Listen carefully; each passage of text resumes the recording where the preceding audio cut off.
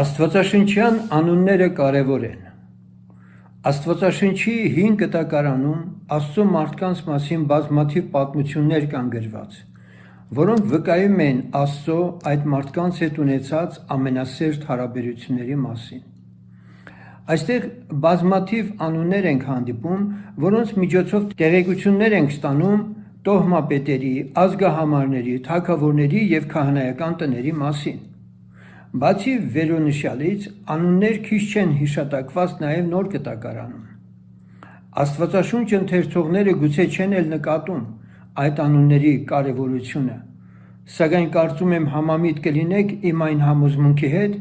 որ Սուրբ Գրքում այդ անուններից ոչ մեկն էլ անտեղի չի հիշատակվել։ Նոր Կտակարանում շատ անունների հանդիպում ենք Պողոս առաքյալի թղթերում։ Սովորաբար, երբ նա ավարտում է իր նամակները, բարևներ է հղում իր թղթի հասցեատերերին և տասնյակ անուններ շեշտում։ Պողոս առաքյալի թղթերի մեջ առանձնանում է մի թուղթ, որի մեջ տեղ գտած անվանացանկը տարբերվում է մյուս բոլոր թղթերում ընդգրկվածներից իր բովանդակությամբ և նշանակությամբ։ Խոսքը Եբրայեցիս թղթի մասին է։ Այս թղթի 11-րդ գլխում Պողոս առաքյալը ներկայացնում է Աստծո վկաների մի ցանկ, որոնցից յուրաքանչյուրն առանձնահատուկ կենսագրություն է ունեցել և երկրի վրա ապրել է հավատարմորեն Աստծո հետ ներդաշնակ կյանքով։ Եբրայեցիս թղթի սկզբում Պողոսը սահմանում է, թե ինչ է հավատքը, այնուհետև տալիս այդ վկաների առ Աստված ունեցած հավատքի դրվագների նկարագրությունը։ Նույն գլխի վերջում Սուրբ Հոգու կողմից թելադրված հավատքի հերոսական կյանքն ապրած որոշ անձանց անունները տալուց հետո առաքյալը նշում է, որ ժամանակը չի բավականացնում, որպեսզի պատմի Գեդեոնի, Բարակի, Սամսոնի, Հեփթայի, Դավիթի, Սամվելի և ուրիշ մարգարեների մասին։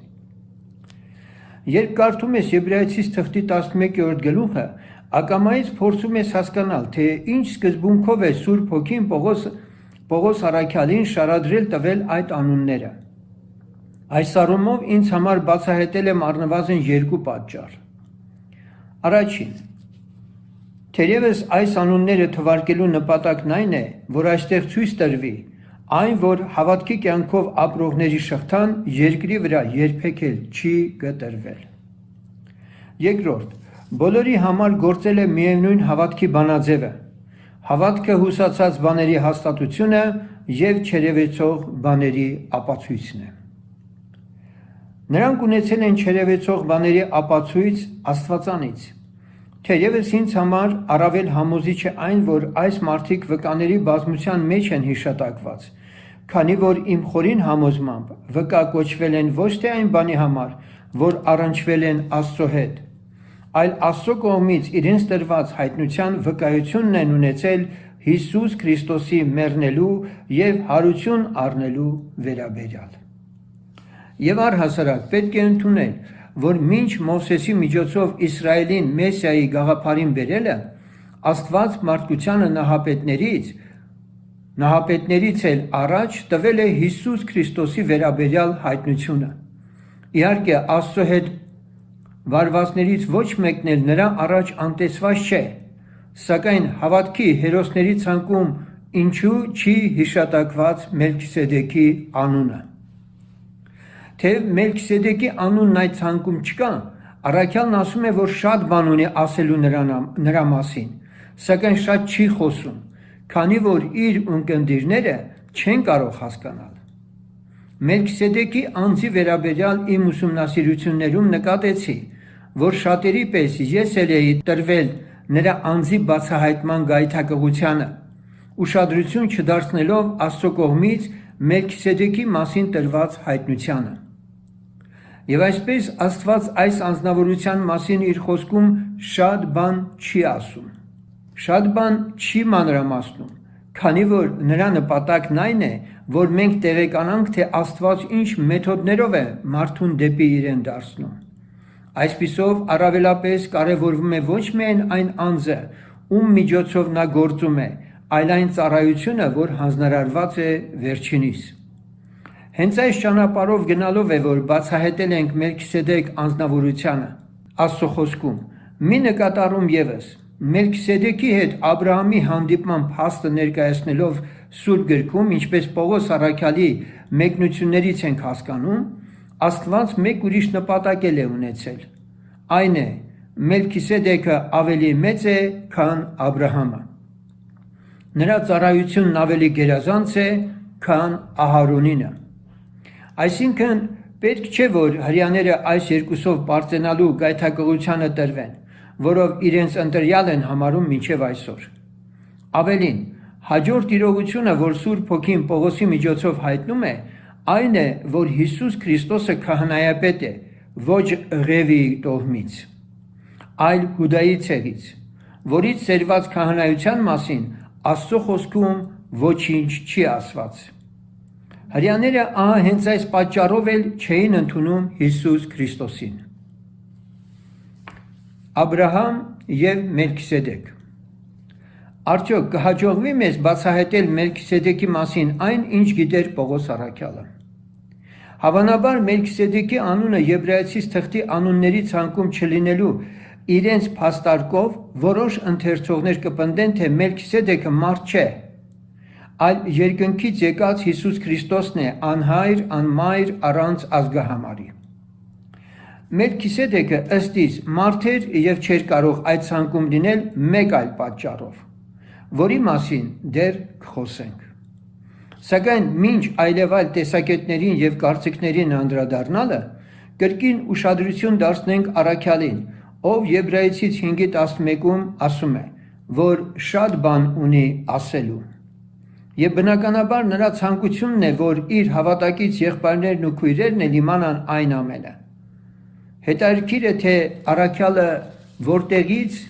ունի շատ բան այս անձնավորության մասին ասելու, որի մասին Սուրբ գրքում ընդամենը 2 տեղ է հիշատակված։ Երուսաղեմի թագավոր Մելքիսեդեկը հաց և գինի դուրս բերավ, և նա բարձրյալ Աստծո քահանան էր։ Ծննդոց 14:18։ Տերը երդում առավ և չի զղջալ. դու քահանա ես հավիտյան Մելքիսեդեկի կարգի պես։ Սաղմոս 110:4։ Պողոս առաքյալը Տիմոթեոսին ասում է, որ իրենից լսած բաները հավատարիմ մարդկանց հանձնի, որ կարողանան ուրիշներին սովորեցնել։ Եվ այն բաները, որ ինձանից լսեցի շատ վկաներով,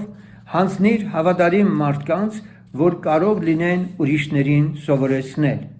2 Տիմոթեոս 2:2։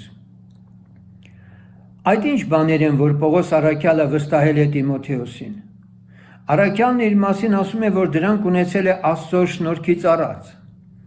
Շնորհք, որի վրա, ինչպես ինքն է ասում, շատ է աշխատել։ Բայց Աստծո շնորհքով եմ, ինչ որ եմ, և նրա շնորհքը, որ ինձանում է, ունայն չեղավ, այլ նրանց ամենից ավելի աշխատեցի, սակայն ոչ թե ես, այլ Աստծո շնորհքը, որ ինձ հետ է։ Առաջի Կորինթացից 15:10։ Հասկանալի է, որ բացի ավետարանելն ու վարդապետելը, Պողոս առաքյալն Աստծուց իրեն տրված այնպիսի գիտելիքների էր տիրապետում, որոնց տեղեկանալով Տիմոթեոսը պետք է դրանք միայն հավատարիմ մարդկանց հանձներ։ Պետրոս առաքյալը հաստատում է այն միտքը, որ Պողոսն իսկապես շատ հայտնություններ է ունեցել Աստծուց։ Նա նաև ասում է, որ անուսումներն ու անհաստատները ծռում էին Պողոսի խրթին խոսքերը։ Ինչպես ամեն թղթերում էլ խոսում է այս բանի համար, որոնցում մի քանի դժվարիմաց բաներ կան, որ անուսումները և անհաստատները նրանց ծռում են, ինչպես մյուս գրքերն էլ իրենց անձերի կորստյան համար։ 2 Պետրոս 3:16։ Սակայն եկեք Մելքիսեդեկի մասին եղած պատմությանը անդրադառնանք։ Մելքիսեդեկի անունը Աստվածաշնչում հիշատակված է 11 անգամ։ Առաջին անգամ Մելքիսեդեկի անունը հանդիպում ենք, ինչպես լսեցինք, Ծննդոց 14:18-20-ում, որտեղ պատմվում է այն մասին, որ Աբրահամը թագավորներին կոտորելուց հետո վերադարձին հանդիպում է Մելքիսեդեկ անունով թագավոր քահանային, որից օրհնվում է հաց և գինի ընդունելով։ Շատերը Աբրահամի կողմից հաց և գինի ընդունելը Մելքիսեդեկից հաղորդության խորհրդով օրհնվելու ապացույց են ընդունում։ Ես այդպես չեմ կարծում։ Սա տիպիկ հաղորդության խորհուրդն է, որի մասին հեռվանց Հիսուս Քրիստոսից առաջ եղած սուրբերը գիտեին, որ Աստծո գառը գալու է եւ խաչի վրա իր թափած սուրբ արյամբ նոր ուխտ է հաստատելու։ Հիսուս ինքն էր ասում, որ Աբրահամը իր օրերից մեկը տեսավ եւ ուրախացավ։ Թերևս սա տեղի է ունեցել Սարի վրա Իսահակին զոհ անելու պահին, որ օրինակի պես Աբրահամը իր որդուն ընդունեց, որպես հարություն առած, Աբրահամն ասաց. գնանք երկրպագություն անենք եւ ետ գանք։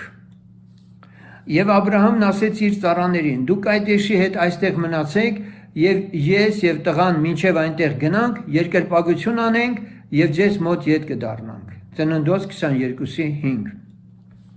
Նա հավատում էր, որ թեպետ Իսահակին զոհ անի, հետ են դառնալու միասին Իսահակի հետ, որին Աստված կարող էր հարություն տալ։ Այս հարության հավատն է, որ Տիրոջը բավարարել է եւ Աստված օրինակի պես ցույց է տվել Սարի վրա իր որդուն խաչի վրա։ Կրկին պարզաբանեմ, երբ Աբրահամը պատրաստվում էր զոհաբերել իր որդուն, սա ոչ միայն վկայում է Աստծուն կատարելապես հնազանդելու մասին, այլ այն հավատքի, որ Աբրահամն ուներ։ Իսկ ինչ հավատք էր դա, որի մասին ասվում է, որ Աբրահամ հավատաց եւ Տերը նրա հավատքը արդարություն համարեց։ Աբրահամը հավատաց, որ Աստված իր որդուն է նախատեսել զոհաբերելու, մարդկությանը իրենց մեղքերից փրկելու եւ խաչի վրա նա ոչ միայն կմեռնի, այլ հարություն էլ կառնի։ Ահա հենց այդ տեսիլքի կամ մարգարեական խոսքի հիմքի վրա էլ օրինակի պես ընդունեց իր որդուն Իսահակին, իբրև զոհաբերված եւ հարություն առած։ Աստված բավարարվեց այդ հավատքը տեսնելով Աբրահամի մեջ, ահա այս է օրինակը, որ նա ստացավ Սարի վրա։ Ահա թե ինչու Աբրահամն ասաց իր ծառաներին. գնանք երկրպագություն անենք ու գանք։ Եվ Պողոսն ասում է, որ իր մտքում համոզված էր, որ նա որ խոստացավ, կարող է եւ անել էլ։ Աբրահամը ավարից 10-րդ է տալիս Մելքիսեդեկին։ Ծննդոց գրքի այս հատվածը Պողոս առաքյալը մեջբերում է Եբրայեցից 7:1-2։ Ինչպես նշեցինք, Մելքիսեդեկի մասին հաջորդ վկայությունը 5 տակարանում է Սաղմոս 114-ում, ուր ասվում է. Քահանա ես հավիտյան Մելքիսեդեկի կարգի պես, ինչը բառացիորեն մեջբերում է Պողոս առաքյալը Եբրայեցից 5:6-7-ում, Հիսուս Քրիստոսի քահանայապետ լինելու վերաբերյալ քահանայապետի կոչման մասին խոսելիս։ Հենց այստեղ է, որ շարունակության ուշադիր ընթերցումը բացահայտում է Հիսուսի օրինակով Մելքիսեդեկի ծառայության նմանությունը եւ ոչ նույն անձ լինելը։ Այս առեղծվածային անձի վերաբերյալ բոլոր ժամանակներում բազմաթիվ հոգևոր գործիչներ կարծիքներ են ունեցել եւ մեկնություններ են արել։ Որոշները, ովքեր Մելքիսեդեկին մահկանացուների շարքում չեն տեսնում, այլ երկնային էակ են համարում, անգամ Հիսուս Քրիստոսի հետ ասոցացնում գտնում են, որ թերևս դա է պատճառը, որ հավատքի կյանքն ապրած հերոսների Եբրայեցիս թղթի այդ ցուցակում Մելքիսեդեկը կարող էր չլինել։ Սակայն ինչպես հետագայում կիմանանք, Մելքիսեդեկը մահկանացու է եւ ոչ երկնային էակ, եւ չի ունեցել երկու բնություն, որով օժտված է միայն Հիսուս Քրիստոսը։ Խիստ կարևոր է հասկանալ նաեւ այն հանգամանքը, որ այդ անձնավորությունը ոչ միայն քահանա է, այլ նրա անունով քահանայապետական կարգ է սահմանված եղել, ու այդ կարգը շարունակական է մինչև այսօր։ Չի ասվում դու քահանա էիր Մելքիսեդեկի կարգի պես։ Իմիջիայլոց այս փաստը եւ ելի մի քանի իրողություններ Սուրբ գրքից բացահայտում են, որ մինչ Աստծո կողմից Աբրահամի ընտրվելը, իսկ հետագայում էլ Իսրայելի Աստծո ուխտի մեջ մտնելը եւ Եղևի քահանայական կարգ ստանալը արդեն գոյություն է ունեցել մեկ այլ քահանայական կարգ։ Նկատի առնենք նաեւ այն, որ Մելքիսեդեկը թագավոր է եւ ունի թեոկրատիկ իշխանություն, բնականաբար ունի հպատակներ։ Որ մի թագավորն է, որ չունի հպատակներ։ Սաղեմը քաղաք է եւ նրա բնակիչները նստակյաց ժողովուրդ են։ Զբաղվում են հողագործությամբ եւ այգեգործությամբ։ Հաց եւ գինի են արարում։ ինչը նաև անհրաժեշտ էր որպես աստվածպաշտության խորհրդի բաղադրիչներ։ Մելքիսեդեկը նաև Աստծո քահանա եւ քահանայապետ է։ Ուրեմն քահանաների վրա կարգված ծառայություն է մատուցում, եւ քանի որ քահանաները առանց հավատավոր ժողովրդի չեն լինում, ուրեմն Սաղեմում ապրում են աստվածապաշտներ։ Այս ամենը խոսում է այն մասին, որ իսկապես Սաղեմում աստվածպաշտության կարգ ու գոյություն ուներ, որի ապացույցներից մեկն էլ հենց Աբրահամին օրհնելը եւ հաղորդության խորհրդով հաց եւ գինի տալն էր նրան։ Ավելին, Սաղեմի քահանայապետը կարող էր մյուս ազգերի համար քահանաների ծառայության կարգ ունենալ, իսկ որ Նոյից հետո թագավորական քահանայություն կարող էր գոյություն ունենալ, մենք մասնավորապես խոսել ենք Նոյից Հաբեթով եւ Թորգոմով հայկին անցած քահանայության մասին։ Հարի, Հուրի հայկական քահանայական թագավորության հետքի մասին այլ գրքում։ Միաժամանակ զարմանալի է, որ Աստվածաշնչի մեջ մինչ Մովսեսական ժամանակները թագավորական քահանայության մասին ոչ մի այլ տեղեկություն չկա։ Եվ չնայած այս ամենի, Մաղաքիա մարգարեությունում մենք կարդում ենք. որովհետև Արեգակի ելքից մինչև նրա մուտքը մեծ է իմ անունը ազգերի մեջ, եւ ամեն տեղ իմ անվանը խունկ եւ սուրբ ընծա է մատուցվում, որովհետև մեծ է իմ անունը ազգերի մեջ, ասում է Զորաց Տերը։ Մաղաքիա 1:11։ Այս տողերը կարդալիս միթե ձեզ մոտ հարց չի առաջանում, թե այդ ինչպես է, որ Աստծո անունը հայտնի է բոլոր ազգերի մեջ եւ խունկ են ծխում նրա անվանը։ Այս խնդրի մասին դեռ կխոսենք։ Մի շատ կարևոր նկատառում եւս, միայն Հոբի գրքում է, որ մեկ անգամ են կարդում քահանա տերմինը։ Նա ման է ածում քահանաներին կողոպտված եւ զորավորներին կործանում է։ Հոբ 12:19։ Սա առաջին հիշատակումն է քահանա տերմինի, չնայած որ ուրիշ թարգմանություններում քահանա բառի փոխարեն իշխան բառն է կիրառված։ Նշեմ, որ Հոբի գիրքը Աստվածաշնչում ամենահին գիրքն է, որ գրվել է Մովսեսի հնգամատյանից էլ առաջ։ Արդյոք ծանոթ են եղել Աբրահամը եւ Մելքիսեդեկը իրար։ Իմ խորին համոզմամբ Աբրահամը ճանաչել է Մելքիսեդեկին, քանի որ միմյանց հետ ծանոթանալու առաջին դրվագի մասին չէ հիշատակված Ծննդոց 14-ում։ Տանք մեր հիմնավորումը ըստ Սուրբ գրքի։ Նախ դրա համար մեզ պետք է կարդալ Ծննդոց 27-ը, որում ասվում է, որ Աբրահամը մարգարե է։ Այսպես, երբ Աբիմելեք թագավորը Աբրահամի կնոջը թյուրիմացաբար կնության էր ուզում վերցնել, Աստված երազում նրան սաստում է եւ պահանջում Սարային վերադարձնել Աբրահամին։ Իսկ եթե ոչ, Աստված սպառնում է մերցնել նրան, եւ որ ոչ պակաս կարեւոր է, Աբրահամն էլ պետք է նրա համար աղոթեր, քանի որ Աբրահամը մարգարե է։ Իմիջիայլոց նշենք, որ Մելքիսեդեկը նույնպես մարգարե է։ Իսկ թե ո՞րն է մեր համոզմունքի հիմնավորումը, այդ մասին քիչ ավելի ուշ կարդանք Ծննդոց 21:7-ը։ Աբրահամն այստեղից դեպի հարավային երկիրը չվեց եւ Կադեսի եւ Սուրի մեջ բնակվեց, եւ գերերումը պանդուխտ եղավ, եւ Աբրահամն իր կնոջ Սարայի համար ասեց. նա իմ քույրն է, եւ Գերայի թագավոր Աբիմելեքը մարդ ուղարկեց եւ առավ Սարային, բայց Աստված գիշերը երազում Աբիմելեքի մոտ եկավ եւ ասեց նրան. ահա դու պիտի մեռնես այդ կնոջ պատճառով, որ դու առիր, որովհետև նա մի մարդի կին է։ Բայց Աբիմելեքը նրան մոտեցած չէր եւ ասեց. Տեր, միթե արդար ազգ կմերցնես։ Միթե ինքը չասեց ինձ, թե նա իմ քույրն է, եւ հենց սա ինքն էլ ասեց, թե նա իմ եղբայրն է։ Ես ուղիղ սրտով ես եւ մաքուր ձեռքերով ես արի այս, եւ Աստված նրան ասեց երազում. Ես էլ գիտացի, որ ուղիղ սրտով արիր այդ,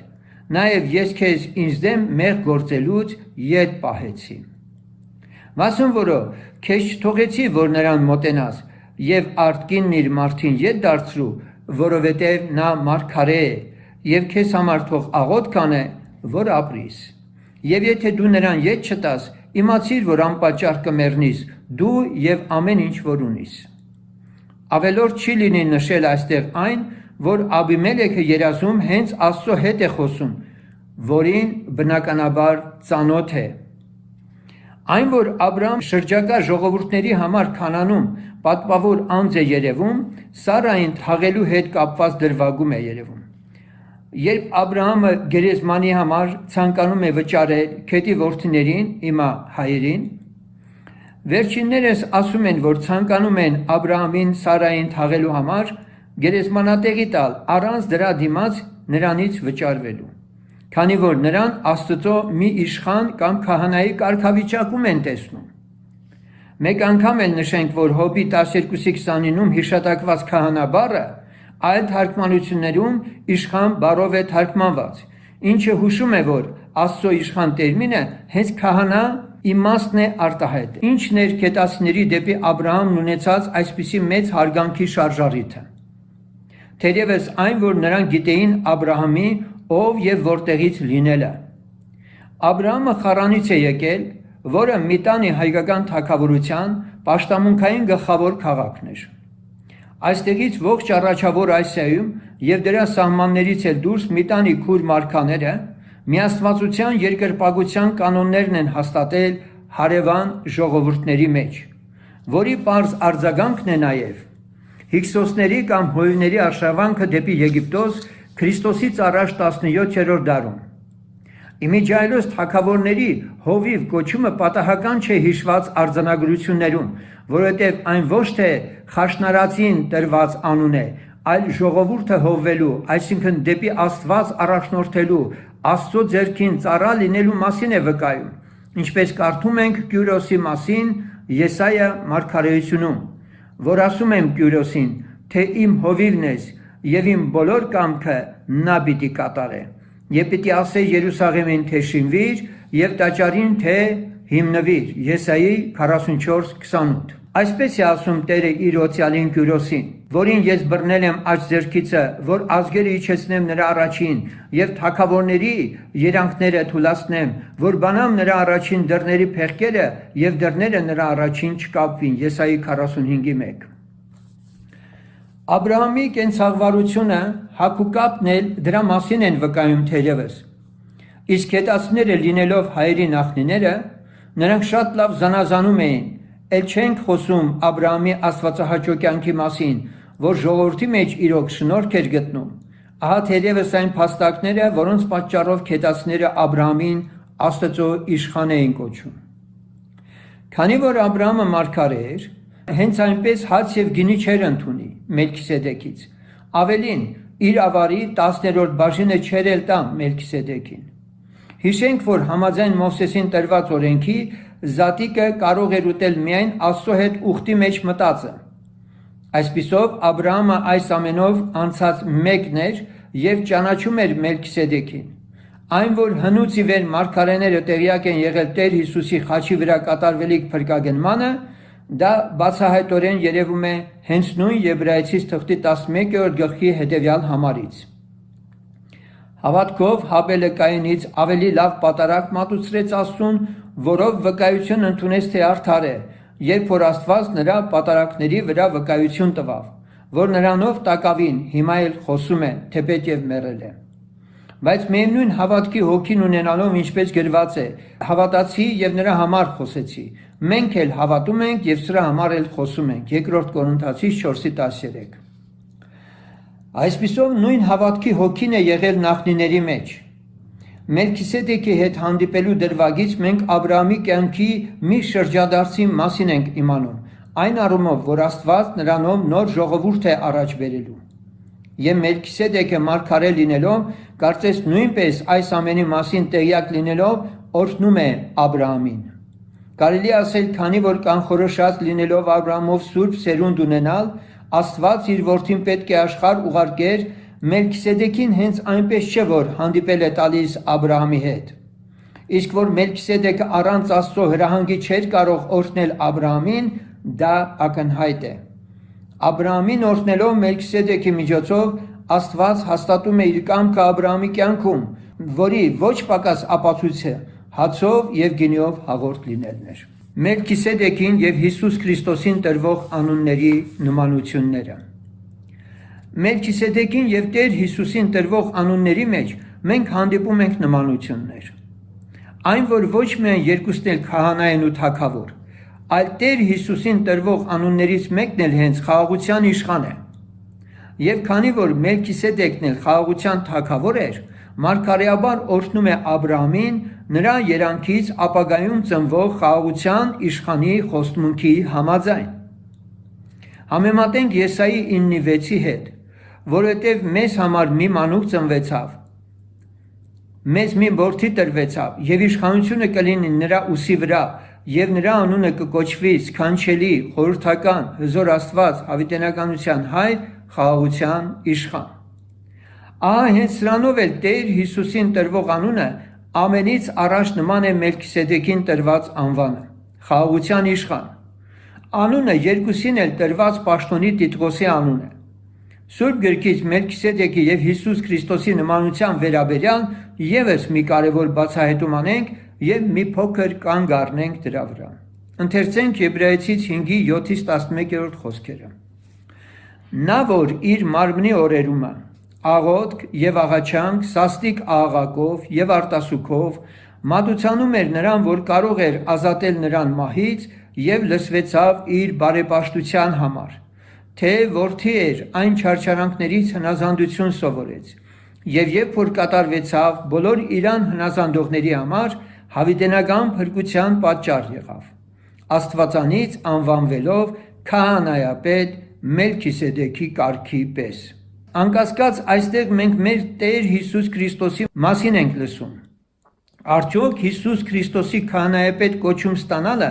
պետք է իր մարմնի օրերումը կատարած աղոթքի, աղաչանքի եւ սաստիկ աղաղակի օրինակի ապացույցը լիներ։ Պարզվում է այո։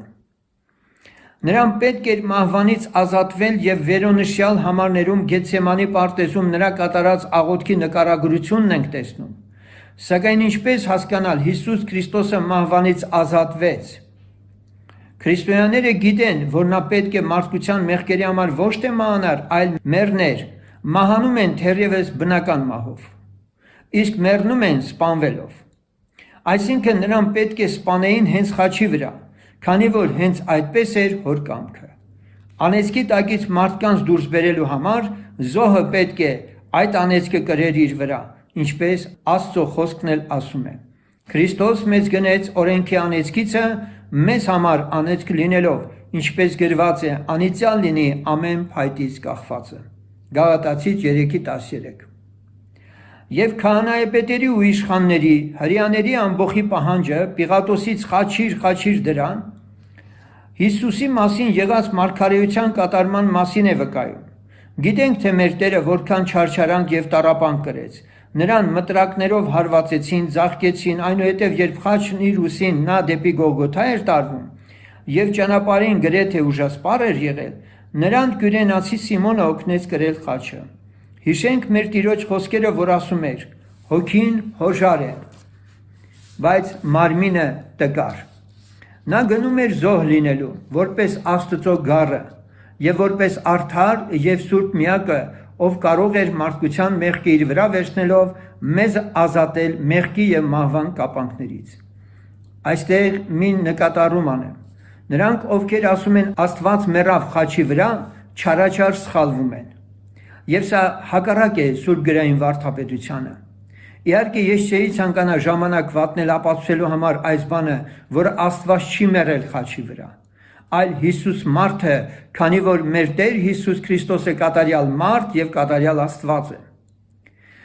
Խաչի վրա նրա մարդ բաղադրիչն է մեռել եւ նրա խաչի վրայի մարմնով ենք մենք էլ մեռած եւ ազատագրված հին բնությունից։ Կյանքի աղբյուրը ինքը լինելով ինչպես կարող է նա մեռնել։ Աստված ծաղր չի լինում, իսկ Հիսուս մարդու որդին ծաղր եղավ։ Առաջին մարդը երկրից է, հողեղեն, բայց երկրորդ մարդն է Տերը երկնքից։ Առաջին Կորինթացիս 15:47։ Առաջին մարդով մեղքը մահվան տարավ, իսկ երկրորդի շնորհքը կյանքի է տանում։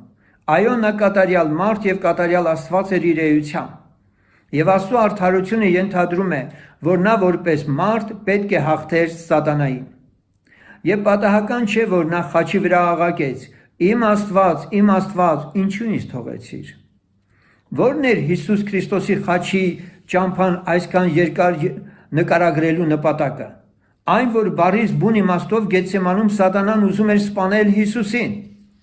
Նրա հոգու, շնչի և մարմնի վրա գործի դնելով խավարի իր ողջ զորությունը,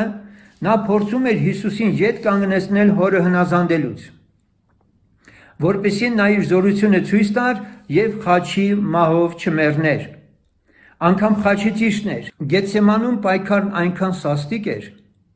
որ Քրիստոսի ճակատից քրտինքը արյան կաթիլների հետ աղոթքի ժամանակ թափվում էր երկրի վրա։ Եվ եթե հրեշտակները չզորացնեին Հիսուսին, թերևս հենց Գեթսեմանում էլ նրա սիրտը պարզապես չդիմանար։ Եվ ինչպես ասում են պայթեր։ Եվ հենց այստեղ է, որ հասկանում ենք իմաստը այն աղոթքի, որը վերևում նշեցինք։ Մեր փրկիչը սաստիկ գոչումով աղաղակում էր հորը, քանի որ մահը մոտեցել և համոզում էր, որ այլ մահով մեռնի։ Իսկ մահվան խայթոցը մեղքն է, և պատահական չէ, որ մահը մոտենում է առաջին մարդուն հենց օձի կերպարանքով, ինչը խայթոց ունի։ Մահը անձ է, և նրա խայթոցը իր կամքն է,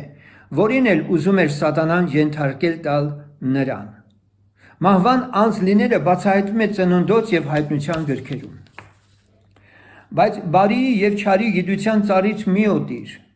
որովհետև նրանից կերածդ օրը մահով պիտի մեռնես։ Ծննդոց 2:17։ Մահը և դժոխքը գցվեցան կրակե լճի մեջ։ Սա երկրորդ մահն է, և եթե մեկը գրված չգտնվեցավ կյանքի գրքի մեջ, կրակե լճի մեջ գցվեցավ։ Հայտնության 22:14։ Հենց այդ խայթոցով խայթվելու վտանգի առջև կանգնած լինելով Հիսուսը մի պահ ասում է. եթե կարելի է այս գավաթը ինձանից դարձրու, եթե Հիսուսի աղոթքը այսքանով ավարտվեր, կնշանակեր Հայր Աստծո կամքից դուրս գալ, հետևաբար խայթվել։ Սակայն երբ Տեր Հիսուսը շարունակում է ասելով, բայց ոչ թե իմ կամքը, այլ քոնը լինի, չեզոքացվում է սատանայի հնարքը, հետևաբար խայթվելու հնարքը։ Այսպիսով սատանան իր նպատակին չի հասնում։ Ինչպես ասացինք, Հիսուս Քրիստոսը Գեթսեմանից մինչև խաչ գնում է զոհվելու որպես մարդ և իր աստվածային զորությունը չի ցուցադրում, անգամ այն ժամանակ, երբ Պետրոսին ասում է. կամ կարծում ես, թե ես չեմ կարող հիմա իմ հորն աղաչել, որ հասցնե ինձ ավելի քան 12 գունդ հրեշտակներ։ Մատթեոս 26:53։ Ինչու այս մասին հիշատակեցինք, քանի որ իմ խորին համոզմամբ Մելքիսեդեկ անունով անձը նույնպես նմանատիպ չարչարանքներով է անցել, իհարկե ոչ խաչի, և մնացել բարեպաշտ ու Աստծուն հնազանդ, ստանալով քահանայապետի կոչում, և ոչ միայն այսքանը, այլ նաև քահանայապետի կարգ է ստացել։ Ահա թե ինչու Հիսուս Քրիստոսի Մելքիսեդեկի հետ համեմատվելը նաև կապված է հենց սրանով։ Եբրայեցից 5:7-11 Նա, որ իր մարմնի օրերումը աղոթք և աղաչանք սաստիկ աղաղակով և արտասուքով մատուցանում էր նրան, որ կարող էր ազատել նրան մահից և լսվեցավ իր բարեպաշտության համար։ Մելքիսեդեկը չի ստացել քահանայապետական կարգ առանց փորձվելու։ Երկրային և երկնային խորանը մուտք գործելու պատիվը ում էր տրված։ Հաջորդ վկայությունը Մելքիսեդեկի մասին Եբրայեցից 6:19-20 համարներում է. Հաստատ և անշարժ խարիսխի պես ունենք մեր անձի համար, որ և մտնում է վարագույրի ներսի կողմն, ուր որ մեզ համար առաջնորդ մտավ Հիսուսը Մելքիսեդեկի կարգի պես հավիտենական քահանայապետ եղած։ Վարագույրի ներսը, այսինքն բուն երկնային խորանը, նա մտավ որպես առաջնորդ և քահանայապետ, Մելքիսեդեկի կարգի պես։ Այսպիսով երկնային խորան միայն որդուն էր վերապահված մտնելու։ Մելքիսեդեկը չի մտել երկնային խորան։ Քանի որ ամեն քահանայապետ սրբության սրբոց երկրային խորան պետք է մտներ տարին մեկ անգամ, անկասկած Մելքիսեդեկի ժամանակ էլ երկրային խորան պետք է եղած լիներ, որ քահանայապետը պետք է տարին մեկ անգամ թերևս մտներ, բնականաբար նույնպես արյունով, ինչպես Մովսեսին էր հրահանգված, և ուրեմն համարձակվում եմ ասելու, որ Մելքիսեդեկը ստացել էր Աստծուց այնպիսի պաշտամունքային համակարգ, ինչպես Մովսեսը։ Հիշենք, որ երկնքում դարձվածքի շուկ չկա, ասել է, թե անփոփոխ է դրվածքը Աստծո արքայության մեջ, եւ ուրեմն Աստծուն երկրի վրա ծառայելու կարգն էլ անփոփոխ պետք է լիներ, եւ դա այդպես է եղել թե Մելքիսեդեկի օրերում եւ թե Մովսեսի ժամանակներում։ Ամեն բարի տուրք, ամեն կատարյալ պարգև վերևից եշնում, լույսի հորիցը, որի մեջ բնավ փոփոխում կամ դարձվածքի շուրջ չկա, Հակոբոս 1:17։ Տերը Մովսեսին ասեց, որ ինչպես իրեն ցույց է տվել սարի վրա, այնպես կառուցի խորանը։ Երկնային խորանը փոփոխության ենթակա չէ հավիտյան։ Այնուհետև Պողոս առաքյալը ցույց է տալիս Մելքիսեդեկի մեծ լինելը Աբրահամից։ Եբրայեցիները մշտապես իրենց հայր Աբրահամով ընտրյալ ազգի կարգավիճակ էին վերապահել։ Այո, ազգերը պետք է օրհնվեին Աբրահամով, ավելի ճիշտ նրա սերունդից եղող Աստծո որդով։ Սակայն Պողոս առաքյալը նկատի ունենալով հրեաների բարձանքի մարմնավորությունը եւ փուչ լինելը, հատկապես շեշտում է Աստծո առջև Մելքիսեդեկի առավել ավագագույն եւ հետեւաբար Աբրահամին օրհնելու մեծ առաքելություն ունենալու կարգավիճակը, արտոնությունը։ Եբրայեցից 7:4-7-ում գրված է. Հիմա տեսեք, թե քանի մեծ է սա Մելքիսեդեկը, որին Աբրահամ նահապետն էլ 10-րդ տվավ այն ավարիցը, եւ Ղևիի որդիներիցը նրանք, որ ընդունում են քահանայությունը, հրաման ունեն ժողովրդիցը 10-րդ առնելու օրենքի համեմատ, այսինքն իրանց եղբայրներիցը, թեպետև նրանք էլ Աբրահամի երանքից են ելած։ Բայց նա, որի ազգահամարը նրանցից չէր, 10-րդ առավ Աբրահամիցը եւ օրհնեց նրան, որ խոստմունքներ ուներ։ Հիմա առանց որևէ հակառակության նվազը լավագույնից է օրհնվում։ Մելքիսեդեկի անվան ստուգաբանությունը։ Պողոս առաքյալը Եբրայեցից 7:1-3-ում տալիս է Մելքիսեդեք անվան ստուգաբանությունը, որովհետև այս Մելքիսեդեկը Սաղեմի թագավոր էր, բարձրյալ Աստծո քահանա, որ դիմավորեց Աբրահամին, երբ որ նա թագավորների կոտորելուց է ետ էր դառնում, եւ օրհնեց նրան, որին Աբրահամ ամեն բաներից 10-րդ էլ տվավ։ Նա առաջ թարգմանվում է արդարության թագավոր եւ հետո Սաղեմի թագավոր, որ է խաղաղության թագավոր, անհայր, անմայր, առանց ազգատոհմի, որ ոչ օրերի սկիզբ ունի եւ ոչ կյանքի վերջ։ Այլ Աստծո որդու նման եղած կենում մնում է քահանա մշտենջենավոր։ Այսպիսով եկեք քայլ առ քայլ քննենք այս հատվածը։ Մելքիսեդեկը Սաղեմի թագավորն է, որտեղ է Սաղեմը գտնվել։ Որոշները գտնում են, որ այն Երուսաղեմի հին անվանումն է։ Այս տեսակետի հետ համաձայն չեն ոմանք, քանի որ այսօր էլ այդ բնակավայրը այդ անվամբ գոյություն ունի Պաղեստինի հյուսիսում, Հորդանանի արևմտյան ափին, Սյուքեմ քաղաքի մոտ։ Հովանու 3:23-ում կարդում ենք. Հովանեսը Այնոնում ներ մկրտում Սաղեմի մոտ, որովհետև այնտեղ շատ ջուր կար, եւ գալիս էին եւ մկրտվում էին։ Սաղեմում կատարված հնագիտական պեղումները բացահայտել են Քրիստոսից առաջ 2100-ից 1500 թվականներին միջին բրոնզի ժամանակներից մշակութային բազմաթիվ հետքեր։ Սա համընկնում է անգամ Աբրահամի ժամանակներին, իսկ Երուսաղեմը որպես հնագույն բնակավայր նույնիսկ Քրիստոսից առաջ 3-րդ հազարամյակից էլ ավելի վաղ ժամանակով է թվագրվում։ Պետք է ասել, որ Սուրբ Գիրքը նույնպես ապացուցում է թե մեկը, թե մյուսը, այնպես որ թե Հորդանանի ափին եւ թե Երուսաղեմի տարածքում բացարձակապես էական չէ, թե որտեղ է գտնվել Սաղեմը։ Մի քանի խոսք Քանանի բնակիչների մասին։ Որոշները գտնում են, որ Քանանի բնակիչները 7 ցեղերը քամի սերունդ Քանանի հետնորդներն են։ Սակայն հրեա գետնականները ելնելով նաև հնագիտական պեղումների արդյունքներից գտնում են, որ այս աշխարհագրական տարածքում այստեղի հնագույն բնակիչները հնդեվրոպական եւ սեմիտ ժողովուրդներ են եղել։ Քանան հնդեվրոպական նախամայր լեզվով կոչվում է ընդամենը բարեբեր։ հաճելի երկիր եւ չպետք է նույնականացնել քամի սերունդի Քանանի անվան հետ։ Այսպիսին է գիտնականների եզրակացությունը Քանան անունը ստուգաբանելիս։ Եվ այսպես Մելքիսեդեկը խաղաղության թագավոր է, բարձրյալ Աստծո քահանա, անհայր, անմայր, առանց ազգահամարի, օրերի սկիզբ չունի եւ ոչ էլ կյանքի վերջ։ Աստծո որդու նման եղած կենում մնում է քահանա մշտնջենավոր։ Այնուհետև Պողոս առաքյալը մեկնելով Մելքիսեդեկի անձնավորության գերապատիվ լինելը մի քանի անգամ կրկնում է նախկինում արդեն ասված դու քահանա ես Մելքիսեդեկի պես արտահայտությունը ոչ պակաս կարևոր է նաև համարվում այստեղ մշտնջենավոր բառի իմաստի ընկալումը, որի մասին դեռ կխոսենք։ Այժմ եկեք մեջբերված հատվածների նկարագրություններից անցնենք սկզբում այս խորհրդավոր անձի անվան բացահայտմանը։ Իսկ անվան բացահայտումը մենք կշարունակենք հաջորդիվ։ Մելքիսեդեկը Հիսուս Քրիստոսը չէ։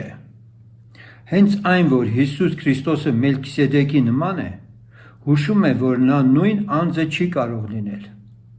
Ինչ է նշանակում նա նրա պես է։ Նա նրա պես մեկ այլ քահանայապետ է։ Եվ Հիսուսի քահանայությունը նման է Մելքիսեդեկի քահանայությանը, քանի որ սովորական մահկանացուների քահանայություն չէ, որ երկուստ էլ անում են, եւ քահանայություն անում են այսօր էլ զուգահեռաբար։ Եվ սա էլ հենց մեկ անգամ եւս ապացուցում է, որ Հիսուս Քրիստոսը միաժամանակ երկու քահանայություն չէ, որ կատարում է։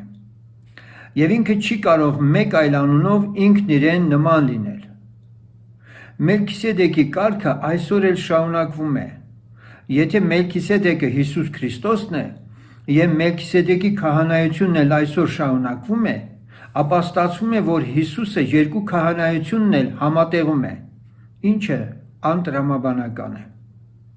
Որ Հիսուս Քրիստոսը Մելքիսեդեկը չէ, դա ակնհայտ է նաև նրանից, որ Մելքիսեդեկի քահանայությունը մշտնջենավոր է։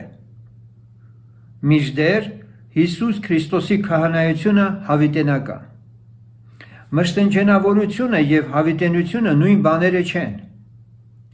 Հիսուսի ազգահամարը հայտնի է եւ հայտնի է մանրամասնորեն, իսկ Մելքիսեդեկինը ոչ։ Նա անհայր, անմայր, առանց ազգահամարի է, որ ոչ օրերի սկիզբ ունի եւ ոչ կյանքի վերջ, այլ Աստծո որդու նման եղած կենում մնում է քահանա մշտնջենավոր։ Ինչպես տեսնում ենք, ոչ միայն Հիսուս Քրիստոսն է Մելքիսեդեկի պես, այլ Մելքիսեդեկն էլ նման է Հիսուս Քրիստոսին իր ծառայության բնույթով։ Այն է Աստծո որդու պես կա եւ մնում է հիմա էլ։ Այստեղ ինչպես խոստացել էի մշտնջենավոր եւ հավիտենական բառերի տարբերության մասին պետք է խոսեմ։ Բանն այն է, որ մշտնջենավոր բառը միշտ բառի ածանցյալ ձևն է, որը նշանակում է ինչ որ ժամանակից սկսած եւ ինչ որ ժամանակով վերջացող։ Ավելի պարզ այս բառի բացատրությունը գտնում ենք Դանիել մարգարեությունում։ Եվ ես լսեցի մեկ սուրբ խոսելիս եւ մեկ սուրբ ասեց այն ինչ խոսողին, մինչև երբ է մշտնջենական զոհի տեսիլքը եւ ավերող ամբաշտությունը, որ սրբարանն էլ զորքն էլ պիտի տրվին ոտնակոխության։ Դանիել 8:13։ Մշտնջենական զոհը վերացնելու եւ ավերածի պղծությունը դնելու ժամանակից հետո 1290 օր է։ Դանիել 12:11։ Եվ բազուկներ են վեր կենալու նրա կողմից, եւ նրանք պիտի պղծեն սրբարանը, ամրոցը եւ հեռացնեն մշտնջենական զոհը, եւ պիտի դնեն ավերածի պղծությունը։ Դանիել 11:31։ Այսպիսով պարզ է դառնում,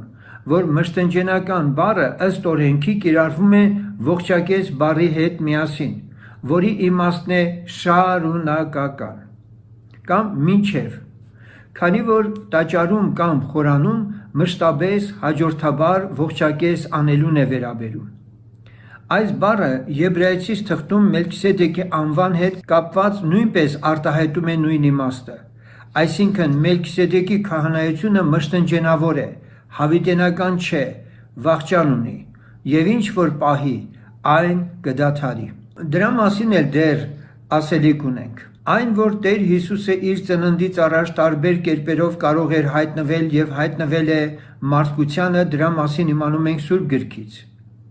Բայց որպես մարդ նա ծնվել եւ աշխարհ է եկել մեկ անգամ։ Որ Հիսուս Քրիստոսը չի կարող Մելքիսեդեկը լինել, ապացուցում է հենց այն փաստը եւս, որ Հիսուս մարդը մահկանացու բնություն ուներ եւ մեռել է, դրվել գերեզմա, իսկ Մելքիսեդեկը ոչ։ Կարդանք Եբրայեցից 7:9 եւ այստեղ մահկանացու մարդիկ են առնում տասանորդ, բայց այնտեղ նա, որ վկայվեցավ, թե կենդանի է։ Այսպիսով այսօր էլ Մելքիսեդեկը կենդանի է։ Մելքիսեդեկը, ինչպես բազմիցս ասել ենք, այսօր էլ դեռ կենդանի է։ Ոչ պակաս կարևոր է հասկանալ նաև, թե ինչ ասել է այստեղ տասանորդ առնում են մահկանացուները։ Իսկ այնտեղ նա, որ տակավին կենդանի է, այսինքն Մելքիսեդեկը։ Ստացվում է, որ Մելքիսեդեկը ի տարբերություն մահկանացու քահանաների, որոնց մասին իր ժամանակի հետ կապված վկայակոչում է Պողոս առաքյալը, այսինքն տաճարի քահանաներին, ասելով, թե սրանք մահկանացու են, այնտեղ Մելքիսեդեկը կարծես թե մահկանացու չէ, այլ կենդանի է, մեռած չէ։ Մելքիսեդեկը չի մեռել։ Արդյոք Պողոս առաքյալի այս դրվագում տասանորդ առնելու փաստ մեկ անգամ էլ չի խոսում այն մասին, որ տասանորդը եկեղեցում չի կիրառվել, այլ այստեղ ասելով ի նկատի ունի տաճարային երկրպագությունը։ Այո, հենց այդպես էլ կա։ Մելքիսեդեկը հրեշտակ չէ։ Որ Մելքիսեդեկը հրեշտակ չէ, հեշտությամբ ապացուցվում է Սուրբ գրային մի քանի համարներով։ Աստվածաշունչը մեզ սովորեցնում է, որ հրեշտակները այցի են գալիս մարդկանց արական սեռի ներկայացների կերպարանքով։ Քննեք ողջ Սուրբ Գիրքը եւ դուք այնտեղ չեք հանդիպի իգական սեռի կանացի կերպարանքով, փետրազարդ թևերով աշխարհ եկած հրեշտակների։ Առավել եւս մանուկների տեսքով աղջիկ եւ տղա հրեշտակներ գոյություն չունեն։ Դրանք արձանիկներ պատրաստողների կամ նկարիչների հորինվածքներն են։ Կարդացեք Ծննդոց 18:1-2, 16, 19-րդ գլուխ 1, 5-ից 8, 12-րդ համար, Ղուկաս 24:3-4, 23, Հեսու 5-րդ գլուխ 13-ից 15, Դատավորաց 13:6, 10-ից 16 եւ այլն։ Չնայած այս ամենի հրեշտակները սեր չունեն։ Նրանք, ովքեր կարծում են, որ թե Մելքիսեդեկը երկնային էակ է կամ հրեշտակ, քանի որ անհայր անմայր է, ոչ կյանքի սկիզբ եւ ոչ վաղճան ունի, դարձյալ սխալվում են։ Ոչ մի երկնային արարածի հրեշտակի արտոնված չէ քահանայի պաշտոն կատարել։ Եվ թեպետ հրեշտակները տղամարդու կերպարանքով աշխարհ են գալիս, չեն կարող երկրի վրա քահանա կարգվել։ Քանի որ մարդկանց մեջ քահանայական ծառայություն մատուցելու համար անպայման մարդ պետք է լինել։ Կարդանք Եբրայեցից 5:1-2, որովհետև ամեն քահանայապետ մարդկանցից առնված մարդկանց համար է դրվում աստվածակույս բաներում, որ ընծաներ եւ զոհեր մատուցաներ մեղքերի համար, որ նա կարող է կարակից լինել տգետներին եւ մոլորվածներին, որ ինքն էլ տկարությունով պատված է։ Այո, քահանայապետը մարդկանցից է առնվում։ Կարդացեք նաև Մաղաքիա 2:4-7։ Այսպիսով Մելքիսեդեկը հրեշտակ չէ եւ պետք է մարդ եղած լինի, որպեսզի քահանայություն անի։ Մելքիսեդեկը ոչ Նոյն է եւ ոչ էլ Սեմը։ Չնայած այն բանին, որ այսպես կարծողները գտնում են, թե Նոյը նոր աշխարհում իսկապես անհայր անմայր էր, սակայն սա դեռ հիմք չէ կարծելու, որ նա կարող էր Մելքիսեդեկը լինել։ Քանի որ հայտնի է նրա ծննդյան եւ մահվան տարեթվերը, իսկ երբ նա մահացավ, Աբրահամը 2 տարեկան էր, եւ թեպետ Աբրահամը Քանան տեղափոխված ժամանակ Սեմը 75 տարի էլ ապրեց, եւ կարող էր Աբրահամը հանդիպել Սեմին եւ նրան առհասարակ ծանոթ լինել, սակայն Սեմը նույնպես չէր կարող Մելքիսեդեկը լինել, քանի որ սա նույնպես հստակ ազգաբանություն ունի հայր եւ մայր, եւ նրա սկիզբն ու վախճանը հայտնի է։ Մատթեոս 24:37-ում ասվում է. Եվ ինչպես Նոյի օրերն, այնպես կլինի եւ մարդի որդու գալուստը։ Ակնհայտորեն Նոյը օրեր ունի, ասել է թե սկիզբ եւ վախճան։ Կարդացեք Ծննդոց 9:28-29։ Եվ Նոյը եւ Սեմը երկուսն էլ մահկանացուների շարքն են դասվել, իսկ Մելքիսեդեկը կենդանի է։ Ինչպես բազմիցս նշել ենք, եւ նրա քահանայությունը այսօր էլ շարունակվում է, եւ նա չի մեռել։ Եվ միթե սա չէ հենց ամենազարմանալին։ Մելքիսեդեկ անվանումը Տիդղոս է եւ ոչ անձնանուն։ Եբրայեցից 7:2-ում ասվում է, որ Մելքիսեդեկ անունը թարգմանվում է։ Ուրեմն թուղթը չի գրվել եբրայերեն։ Թուղթը գրված է հունարեն, հելենախոս եբրայեցիների համար։ Քանի որ ինչպես Պողոս Առաքյալն է ասում, այդ անունը թարգմանվում է, ուրեմն Մելքիսեդեկ անվանումը եբրայերենից հունարեն թարգմանելու անհրաժեշտություն կա, եւ այն արվում է։ Մելքիսեդեկ թարգմանաբար նշանակում է արդարության թագավոր եւ հետո Սաղեմի թագավոր, որ նշանակում է խաղաղության թագավոր։ Եկեք պարզենք անվանադրումը։ Արդյոք այս անունը ինչ որ մահկանացուի ծննդյան օրվանից տրված անուն է։ Եթե նա սովորական մարդ է, ապա դժվար թե ծննդյան պահից նրան այսպիսի անունով կոչեին։ Մանավանդ որ անհայտ է նրա ծագումը, նորածինը չէր կարող պարզապես այդ անունով կոչվել։ Ոչ պակաս կարևոր է այն հարցը, թե ով է տվել այդ անունը նրան։ Եթե անհայր եւ անմայր է եղել նա, ավելին, Սաղեմը քաղաք է, ունի բնակիչներ եւ ինչ որ նորածին Մելքիսեդեկ անունով ծննդյան պահից թագավորի հռչակ է վայելում։ Սա մի փոքր անտրամաբանական է։ Թերևս միայն մարգարեաբար կարող էր տրվել այս անունը, քանի որ այլապես երբեք նորածնին չէր կարող տրվել մի ինչ որ քաղաքի անուն, ով միայն տարիներ հետո պետք է հայտնի լիներ մարդկանց։ Այնպես որ ոչ պակաս առեղծվածային է անգամ այս անձնավորության անվանադրումը։ Այսպիսով Մելքիսեդեկ անունը ծննդյան պահից ինչ որ մեկին տրված անուն չէ, այլ պաշտոնի անուն է, եւ դրա նշանակությունը պարզապես հատկանշում է, թե ինչով է նա օժտված։ Եվ ահա առաջին բացահայտումը, որ մենք արել ենք, դա այն է, որ Մելքիսեդեկ անունը Տիդղոս է, որը տրվել է մեկին, ում ծննդյան օրը հայրը եւ մայրը հայտնի չեն։ Այն, որ անձը կարող է ունենալ երկու անուն, անգամ ավելի անուններ, դա հայտնի է հենց Սուրբ գրքից։ Բավական է, որ որպես այս հիմնավորման ապացույց բերենք մի քանի անուններ, ինչպես օրինակ Հակոբ, Իսրայել, Սիմոն, Պետրոս, Սողոս, Պողոս եւ այլն։ Հովանես Մկրտիչ եւ Թեզբացի Եվիա։ Առաջին հայացքից ինչ կապ ունեն այս անձիկ մեր նյութի հետ։ Աստծո այս երկու գործիչների համեմատությունը նույնպես կարևորում ենք Մելքիսեդեկի անձնավորության բացահայտման համար։ Սակայն ուսումնասիրելով Աստվածաշունչը, դուք եւս մի հայտնություն կստանաք այս անձանց վերաբերյալ, որն առնչվում է հենց մեր խնդրո առարկայի հետ։ Բայց նախ եկեք վերհիշենք նախորդ գլուխներում մեր բերած փաստակներից մի քանիսը։ Մելքիսեդեկ անունը պաշտոնի անուն է։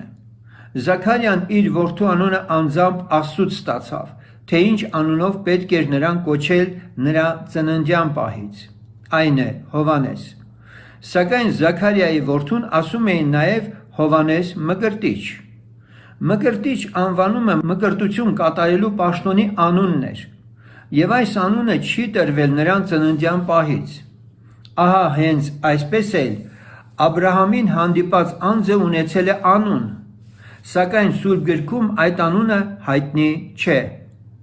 Փոխարենը պաշտոնի անունով է այդ անձը ներկայացված, այն է Մելքիսեդեկ։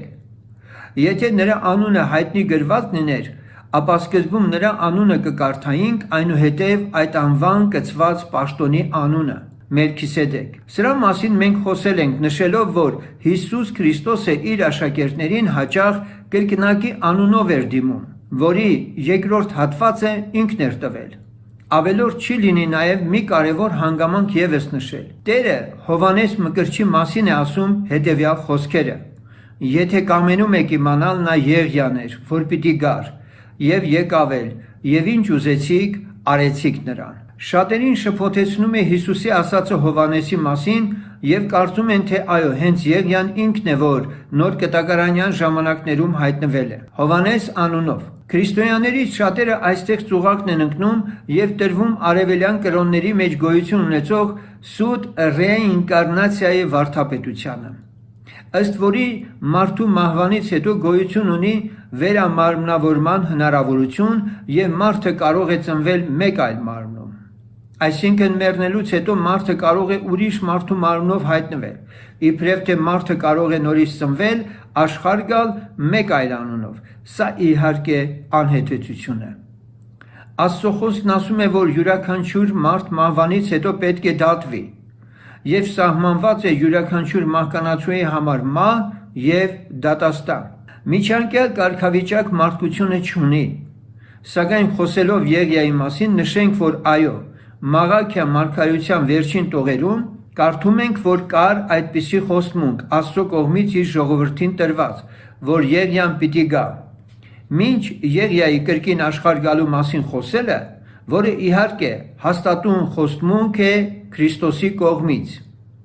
եւ Սուրբ գրքով հիմնավորված, եկեք Եղիայի եւ Հովհաննես Մկրտչի գործի բնույթի նմանությունը քննենք։ Հիշենք, որ Եղիայի գալստյան նպատակներից մեկն էլ հայրերի սիրտը դեպի որդիները եւ որդիների սիրտը դեպի իրանց հայրերը դարձնելն էր։ Տիրոջ մեծ եւ ահեղ օրը գալուց առաջ, այո, մենք այդ նույն ծառայությունը հայրերի սրտերը որդիներին եւ որդիների սրտերը հայրերին դարձնելը տեսնում ենք, որ Աստծո առաջ Հովհաննես Մկրտիչն էլ էր կատարում։ Այս ամենով հանդերձ Իսրայելը Հովհաննեսին որպես Եղիա չընդունեց եւ մինչեւ այսօր էլ սպասում է Եղիային։ Անգամ գլխատվելուց հետո Հովհաննես Մկրտիչը այնուամենայնիվ պատմության մեջ չմտավ որպես Եղիա։ Ավելին, երբ հրեաները լսեցին, որ խաչի վրա Հիսուս Քրիստոսը բացականչում էր Էլի Էլի լամա սաբակթանի, կարծեցին, թե Հիսուսը Եղիային է կանչում, որ գա փրկի իրեն։ Այո, կար այդ համոզմունքը եւ հավատքը, որ Եղիան պիտի գար, ով առաջին դարում դեռ չէր եկել։ Տեր Հիսուսը Հովհաննես Մկրտչի ծառայությունը հաստատեց, որ այո, նա հայրերի սրտերը որդիներին, որդների սրտերը հայրերին դարձնելու ծառայությունը կատարել է, եւ եթե ուզում են իմանալ, նա Եղիան էր, որ պիտի գար, եկավ եւ ինչ ուզեցին արեցին նրան։ Եվ ժողովուրդը հասկացավ, որ Հովհաննեսի մասին էր նա ասում, սակայն Հիսուսը սրանով չի ասում, թե իրապես Եղիան եկել է եւ այլևս չի գա։ Պարզապես Հովհաննես Մկրտիչ անունով անձը կատարել է նույն ծառայությունը Աստծո առաջ, ինչ որ Եղիան իր ժամանակում։ Հովհաննես Մկրտիչը նույնպիսի քաջությամբ համարձակ հոգով էր գործում, ինչպես Եղիան։ Հիշենք Եղիայի եւ Աքաբ թագավորի հանդիպման պահը։ Եղիան Աքաբ թագավորի առջև կանգնած աներկյուղ հանդիմանում է նրան։ Հովհաննեսը նույնպես համարձակորեն փարիսեցիներին եւ դպիրներին իժերի զավակներ անվանեց։ Ավելին, Հովհաննեսը Հերովդես արքային հրապարակավ կարծես խարազանում էր վերջինիս մեղքերի համար։ Այսքանով հանդերձ Տեր Հիսուսը չի ասում, թե Եղիան չի գալու, այլ հակառակը։ Հիսուսն էլ պատասխանեց եւ ասեց նրանց. իրավ առաջ Եղիան կգա եւ ամեն բան կվերանորոգե։ Մատթեոս 17:11։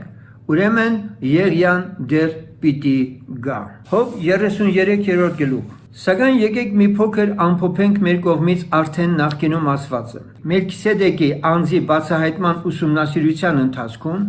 Աստված բազմիցս համոզել է, թե որքան գաղտնիքներ է պարունակում Աստվածաշունչը, որոնք պարզապես մեր մտքով անգամ չենք կարող անցկացնել։ Ահա թե ինչու կցանկանայի հաջորդ հատվածներին անդրադառնալուց առաջ համբերությամբ զինվել։ Եվ ես նույնպես ապավինելով Աստծուն եւ իր Սուրբ Հոգուն, այս անվան բացահայտման հետ կապված բազմաթիվ անգամներ աղոթքով վերընթերցել եմ Սուրբ Գիրքը։ Եվ այսպես մենք Աստվածաշնչից համոզվեցինք, որ Մելքիսեդեկ անձնավորությունը Հիսուս Քրիստոսը չէ, Նոյը կամ Սեմը չէ, եւ ոչ էլ հրեշտակների դասից որևէ մեկ արարած։ Եվ հիմա իմ ասելիքը ամբողջական եւ հասկանալի դարձնելու համար պետք է մի շատ կարևոր բացահայտում անենք Հոբի գրքից։ Այնուհետև այն կկապենք մեր նյութի հետ։ Բանն այն է, որ արդյունքում այս բացահայտումները ձեզ կհիացնեն Աստծո կողմից մարդուն փրկելու սքանչելի գործելավոճի հայտնությամբ։ Կարդացեք Հոբի 33-րդ գլուխը ամենայն ուշադրությամբ։ Այս տողերի հեղինակը Եղիր անունով անձնավորությունն է և ավելի երիտասարդ էր, քան Հոբին այցի եկած ընկերները։ Նա խոսում է բաներ, որոնք Հոբից ծածկված են եղել, և Հոբը թերևս տեղյակ չէր դրանց մասին։ Ես միայն մի քանի համարներ մեջ բերեմ։ Մասնավորապես մահվան մահճի մեջ գտնվող մեղավորի համար համաձայն 23-րդ խոսքի մի միջնորդի կարիք է զգացվում կորստյան մատնվածին փրկելու համար, ով հազարից գերազանցող մեկն է, և Աստծուց հրահանգ է ստանում ազատելու մահվան մատնվածին, քանի որ քավություն է գտել նրա համար։ Հոբ 33-րդ գլուխ 23-րդ խոսքից։ Եթե նրա համար կա մի միջնորդող հրեշտակ, հազարից գերազանցող մեկը, որ իմացնե մարդից նրա ուղղությունը, այն ժամանակ նա ողորմում է նրան և ասում. ազատիր նրան կորուսնիչնելուց, ես քավություն եմ գտել։ Այժմ կրկին ընթերցենք Մաղաքիա մարգարեության 2-րդ գլխի 7-րդ խոսքը։ Որովհետև քահանայի շրթունքները պետք է գիտություն պահեն և օրենք կփնտրեն նրա բերանիցը, որովհետև նա զորած Տիրոջ դեսպանն է։ Այս հատվածները լավագույնս հասկանալու համար ավելորդ չի լինի նշել, որ գրաբարում հրեշտակ բառը հաճախ պատգամաբեր բառով է ներկայացված աշխարհաբարում, և այս մարդ Արարածին էլ է վերաբերում հենց։ Այսպես օրինակ, Մաղաքիա 2:7-ում քահանան գրաբարում ներկայացված է որպես հրեշտակ, իսկ Մաղաքիա 3:1-ում, որտեղ մարգարեական խոստմունք կար Հովհաննես Մկրտչի մասին, դարձյալ աշխարհաբարում դեսպան, իսկ գրաբարում նշված է հրեշտակ։ Այսպիսով դեսպան, հրեշտակ, պատգամաբեր արտահայտությունները համապատասխանաբար մարդկանց և հրեշտակներին տրված անուններ են։ Բայց եկեք հասկանանք ինչ է տեղի ունենում Հոբի 33-րդ գլխում։ Առաջին, մեղավորը մահամերձ է։ Երկրորդ, նրան միջնորդ է հարկավոր։ Երրորդ, քավություն կա մեղավորի համար պատրաստված։ Միջնորդ, պատգամաբերը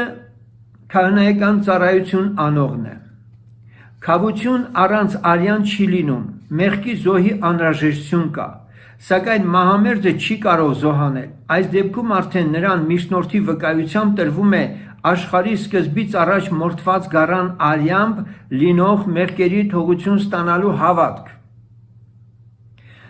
Այն, որ մեր Տիրոջ մասին գրված է, որ աշխարհի սկզբից ի վեր կամ հավիտենե առաջ արդեն մորթված գառ էր նա, իմանում ենք Հայտնության 13:8-ից։ Եվ կերկրպագեն նրան երկրի բոլոր բնակողները, որոնց անունները գրված չեն գառի կյանքի գրքի մեջ, որ աշխարհի սկզբից է հետե մորթված է։ Սա նշանակում է, որ աշխարհի սկզբից ի վեր Աստծո նախասահմանված զոհը հանձինս իր որդու հայտնված էր մարդկությանը։ Սակայն վերադառնանք Հոբի գրքի վերոնշյալ հատվածներին, որտեղ թողություն ստանալու համար միջնորդը պետք է որպես քավություն ներկայացներ հենց մեր Տեր Հիսուս Քրիստոսին, նրա խաչի վրա թափվող արյունը, քանի որ առանց արյան թողություն քավություն չի լինում։ Մեղավորի թողություն ստանալը խոստովանությամբ է լինում, ինչն էլ վերջինս անում է։ Արդյունքում մեղավորը դարձի է գալիս և փրկվում։ Հոբի 33-րդ գլուխ 25-րդ խոսք։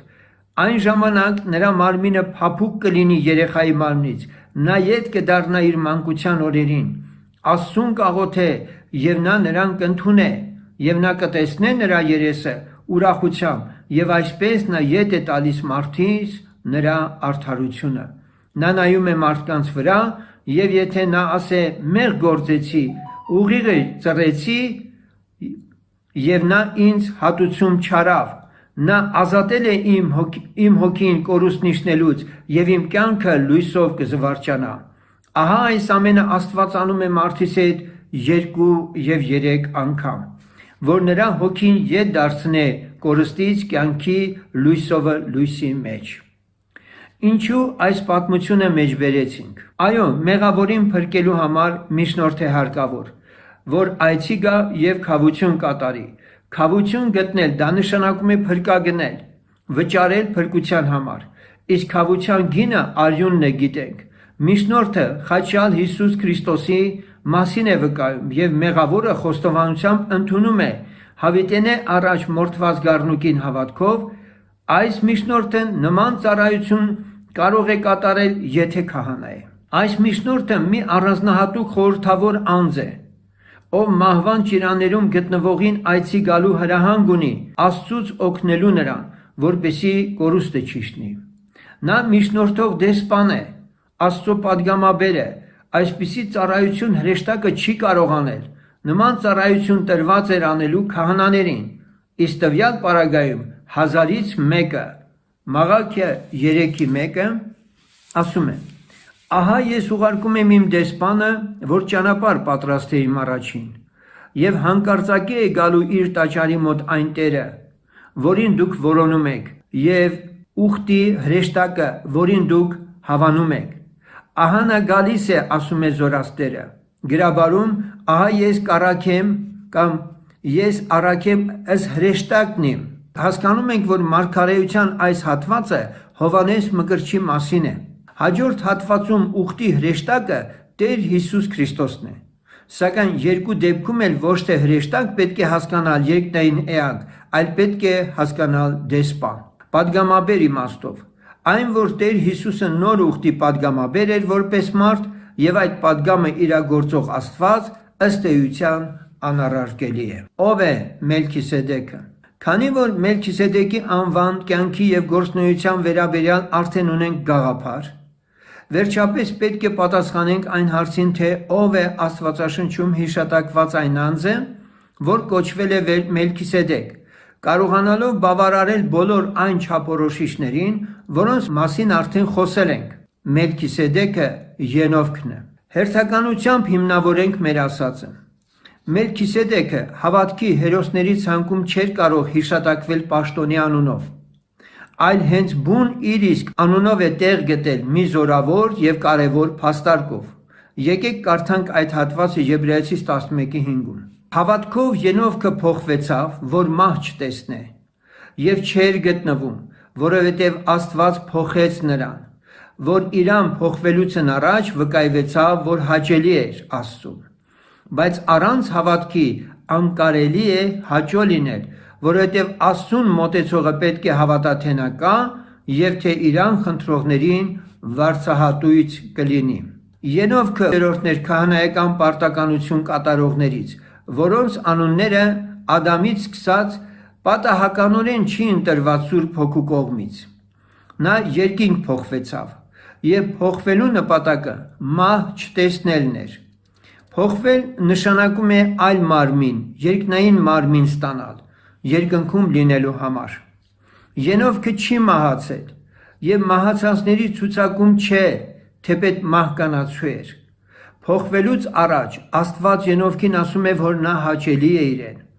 Ենովքը Աստծո հետ վարվեց եւ քանի որ մարգարե էր եւ գիրք էր գրել է, ինչպես վկայակոչում է Սառաքյալը, Ենովքը Աստծուն շատ մոտ լինելով նրանից ինչ որ բան է խնդրել եւ Աստված վարձահատույց է եղել նրան։ Թե ինչ էր խնդրել Ենովքը Աստծուց չի գրված, բայց հենց այն, որ Ենովքը երկինք է վերցվում, նշանակում է դա էլ հենց այն վարձքն էր, որ առավ Աստծուց։ Ուշադրության է արժանի այն հանգամանքը եւս, որ Ենովքը երկինք վերանալուց հետո փնտրվում է մարդկանց մեջ եւ չէր գտնվում։ Ինչը նշանակում է, որ նրա ծառայությունը խիստ կարևոր է եղել մարդկանց համար։ Այժմ անցնենք Ենովքի Մելքիսեդեկը լինելու հաջորդ փաստարկներին։ Դրա համար սկզբում ընթերցենք Զաքարիա մարգարեության 4:1-7 խոսքերը։ Եվ ետ դարավ ինձ հետ խոսող հրեշտակը եւ ինձ զարթնեցրեց, ինչպես որ մի մարդ կզարթնեցնեն իր քնիցը եւ ինձ ասաց. «Ինչ ես տեսնում դու»։ Եվ ես ասացի. «Տեսնում եմ, որ ահա մի բոլորովին ոսկի աշտանակ եւ մի բաժակ նրա գագաթին եւ 7 ճրագ նրա վրա եւ 7 խողովակներ այն 7 ճրագների համար, որ նրա գագաթին են և երկու ձիթենի նրա կշտին, մեկը բաժակի աջ կողմիցը և մեկը նրա ձախ կողմիցը։ Եվ ես պատասխանեցի և ասեցի ինձ հետ խոսող հրեշտակին, թե սրանք ինչ են, Տեր իմ։ Եվ ինձ հետ խոսող հրեշտակը պատասխանեց ինձ և ասեց. «Մի՞թե չգիտես, թե սրանք ինչ են»։ Եվ ես ասեցի. «Ոչ, Տեր իմ»։ Եվ նա պատասխանեց և ասեց ինձ, թե սա Տիրոջ խոսքն է առ Զորաբաբել ասելով. «Ոչ թե զորությունով և ոչ թե ուժով, այլ իմ հոգովը, ասում է զորաց Տերը։ Դու ով ես, ով մեծար, դու Զորաբաբելի առաջին մի դաշտ ես, և նա դուրս պիտի հանե գլխի քարը, աղաղակելով. շնորհք, շնորհք նրան»։ Զաքարիան տեսիլքում ձիթենի է տեսնում, մեկը բաժակի աջ կողմում և մյուսը ձախ կողմում։ Դուք անշուշտ հիշում եք, որ աշակերտներից մոտեցան Հիսուսին և ասացին, որ ցանկանում են նրա փառքի մեջ աջ և ձախ կողմը նստել։ Եվ Տեր Հիսուսը պատասխանեց, որ իրեն չի արտոնված դա, այլ Հայրն է որոշողը, թե ով պետք է նստի իր աջ և ձախ կողմում, և որ Հայրն արդեն որոշել է։ Աստծո աջ և ձախ կողմում նստողները վաղուց արդեն հայտնի են նրա մոտ, և դրանցից մեկը Ենովքն է։ Ինչու ենք այսպես համոզված։ Այս խնդիրը պարզաբանելու համար Ենովք Մելքիսեդեքի մասին իմանում ենք, որ նա քահանա լինելով հանդերձ պետք է անշուշտ մարդ լիներ, բայց ոչ մահկանացու։ Ենովքը մարդ է և թեև ծնվել է որպես մահկանացուն, ինչպես յուրաքանչյուրս, բայց մահկանացու չէ դեռ, քանի որ մահ չի տեսել։ Իսկ մահկանացու ոչ միայն նշանակում է մահվան ենթակա, այլ նաև մահացող։ Ենովքը սկիզբ ունեցավ, բայց վախճան չունի։ Ենովք Մելքիսեդեքը կենդանի է, քանի որ Մելքիսեդեքի քահանայությունը շարունակվում է այսօր էլ։ Երկինք գնալով Ենովքը Աստծուց նոր քահանայական կարգ ստացավ, որի բնույթը կայանում է հետևյալում. նա կարող էր երկնքից երկիր իջնել և որպես մարդ Մելքիսեդեկ անունով, քահանայապետական պաշտոնի անունով հանդես գալ, և հենց սա է հրաշալին ու զարմանալին, որ Հոբի գրքում 33-րդ գլխի 1000-ից գերազանցող հենց այս մեկ միջնորդն է, որ կա։ Արդյոք դա հնարավոր է, որ մարդ արարածներից որևէ մեկը երկնքից այցի գա երկիր։ Այո, դա հնարավոր է, ամենից առաջ նրանով, որ Մելքիսեդեքը մարդ է, մահկանացու չէ։ Ուստի երկնքից եկած ոչ թե հրեշտակ է, այլ մարդ։ Տեր Հիսուսի այլակերպման դրվագում երկնքից Մովսեսն ու Եղիան այցի եկան իրեն։ Թեպետ ոմանք դա ընդամենը տեսիլք են համարում, ինչպես իրենք են հասկանում, ոչ ռացիոնալ իմաստով, սակայն Սուրբ Գիրքը մեզ ասում է, որ այդ մարդկանց այցելությունը ոչ թե աչքի երևույթ էր, այլ իրական։ Գրված է, որ Մովսեսն ու Եղիան խոսում էին Հիսուսի հետ նրա գալիքի վերաբերյալ։ Մարդու համար դա տեսիլք է, բայց դա ռեալ է և իրական։ Հաջորդը, որ պետք է պարզաբանենք, Մելքիսեդեքի մշտնջենավոր և ոչ հավիտենական քահանայապետությունն է։ Սա նշանակում է, որ Մելքիսեդեկի քահանայապետությունը, ինչպես որ ասել ենք, մշտնջենավոր է, այսինքն շարունակական կամ միջև ինչ որ մի պահի։ Այսպիսով Մելքիսեդեկի ծառայությունը, ի տարբերություն Հիսուս Քրիստոսի քահանայապետության, ավարտ պետք է ունենա։ Իսկ թե երբ կավարտվի, դրա մասին էլ է գրված։ Քանի որ Ենովքը մահացած չէ, Աստված Ենովքին Մելքիսեդեկ պաշտոնով թույլ է տվել երկնքից երկիր այցելելով շարունակել իր ծառայությունը մեր համար, անտեսանելի աշխարհում, որում նա հայտնի չէ որպես սովորական մահկանացու։ Ոչ պակաս կարևոր է հասկանալ նաև այն, որ անհայր և անմայր է, քանի որ ջրհեղեղից հետո այցի է գալիս աշխարհին ոչ որպես երկրի բնակիչ։ Այս աշխարհում բնականաբար նա արդեն անհայր, անմայր է։ Այժմ կրկին անդրադառնանք Զաքարիա մարգարեությունում հիշատակված երկու ձիթենիներին, որոնցից մեկը,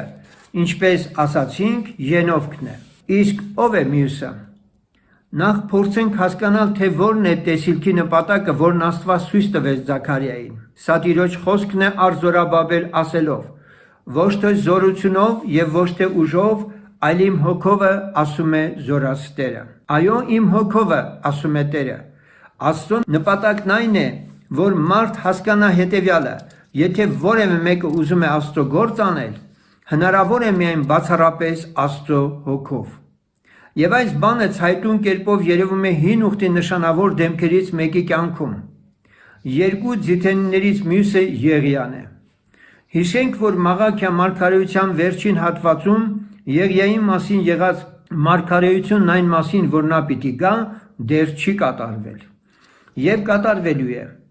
Եղիսեն ցանկացել էր, որ Եղիայի հոգու կրկնապատիկ ներգործությունը իր վրա լիներ։ Պատահական չէ, որ Հովհաննես Մկրտչի մասին, ինչպես նշել ենք, ասվում է, որ նա պիտի գար Եղիայի հոգով եւ զորությունով։ Եղիայի կյանքն ու գործունեությունը բավարարել է Տիրոջը, եւ Աստված նրան է երկինք վերցրել, եւ նա մահ չի տեսել։ Հիշենք, որ Եղիան մարդկանց դարձի բերելու առաքելությունը իրեն չէր վերապահել, այլ Աստծուն։ Բահաղի մարգարեների եւ ժողովրդի առաջ աղոթքում նա ասում է հետևյալ խոսքերը. որ իմանան սրտեր դարձնող Աստվածը դու ես, ասել է թե ես չեմ, այլ դու։ Այսպիսով Զաքարիային Աստված կարծես երկու ձիթենիներին ցույց տալով բացահայտում է, որ նրանք հենց այն մարդիկ են եղել, ովքեր հասկացել են այս մեծ ճշմարտությունը, որ ոչ ուժով է եւ կամ զորությունով, այլ հոգով,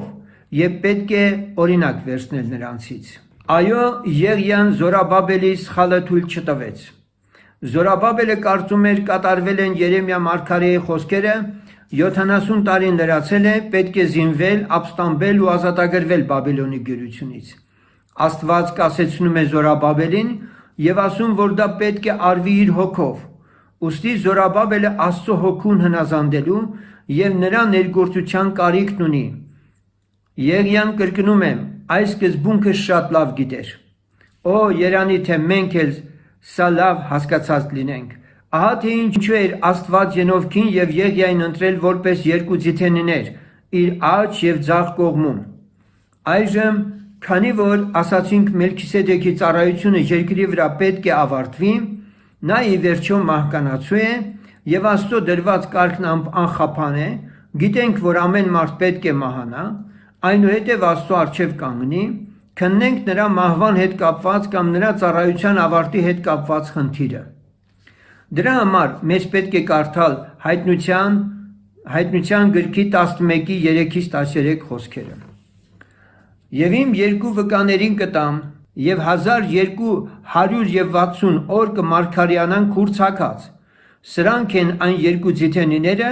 եւ երկու ճրագակալները, որ երկրի Աստծո առաջին կանգնած են, եւ եթե մեկը կամենա նրանց վնասել, կրակ է դուրս գալիս նրանց բերանիցը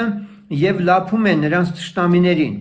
եւ եթե մեկը կամենա վնասել նրանց, այսպես պիտի սատակե։ Սրանք իշխանություն ունին երկինքը փակելու, որ անձրև չգա նրանց մարգարեության օրերումը, եւ իշխանություն ունին ջրերի վրա նրանց արյուն դարձնելու եւ երկիրն ամեն կերպ պատուհասներով հարվածելու, քանի անգամ որ կամենան,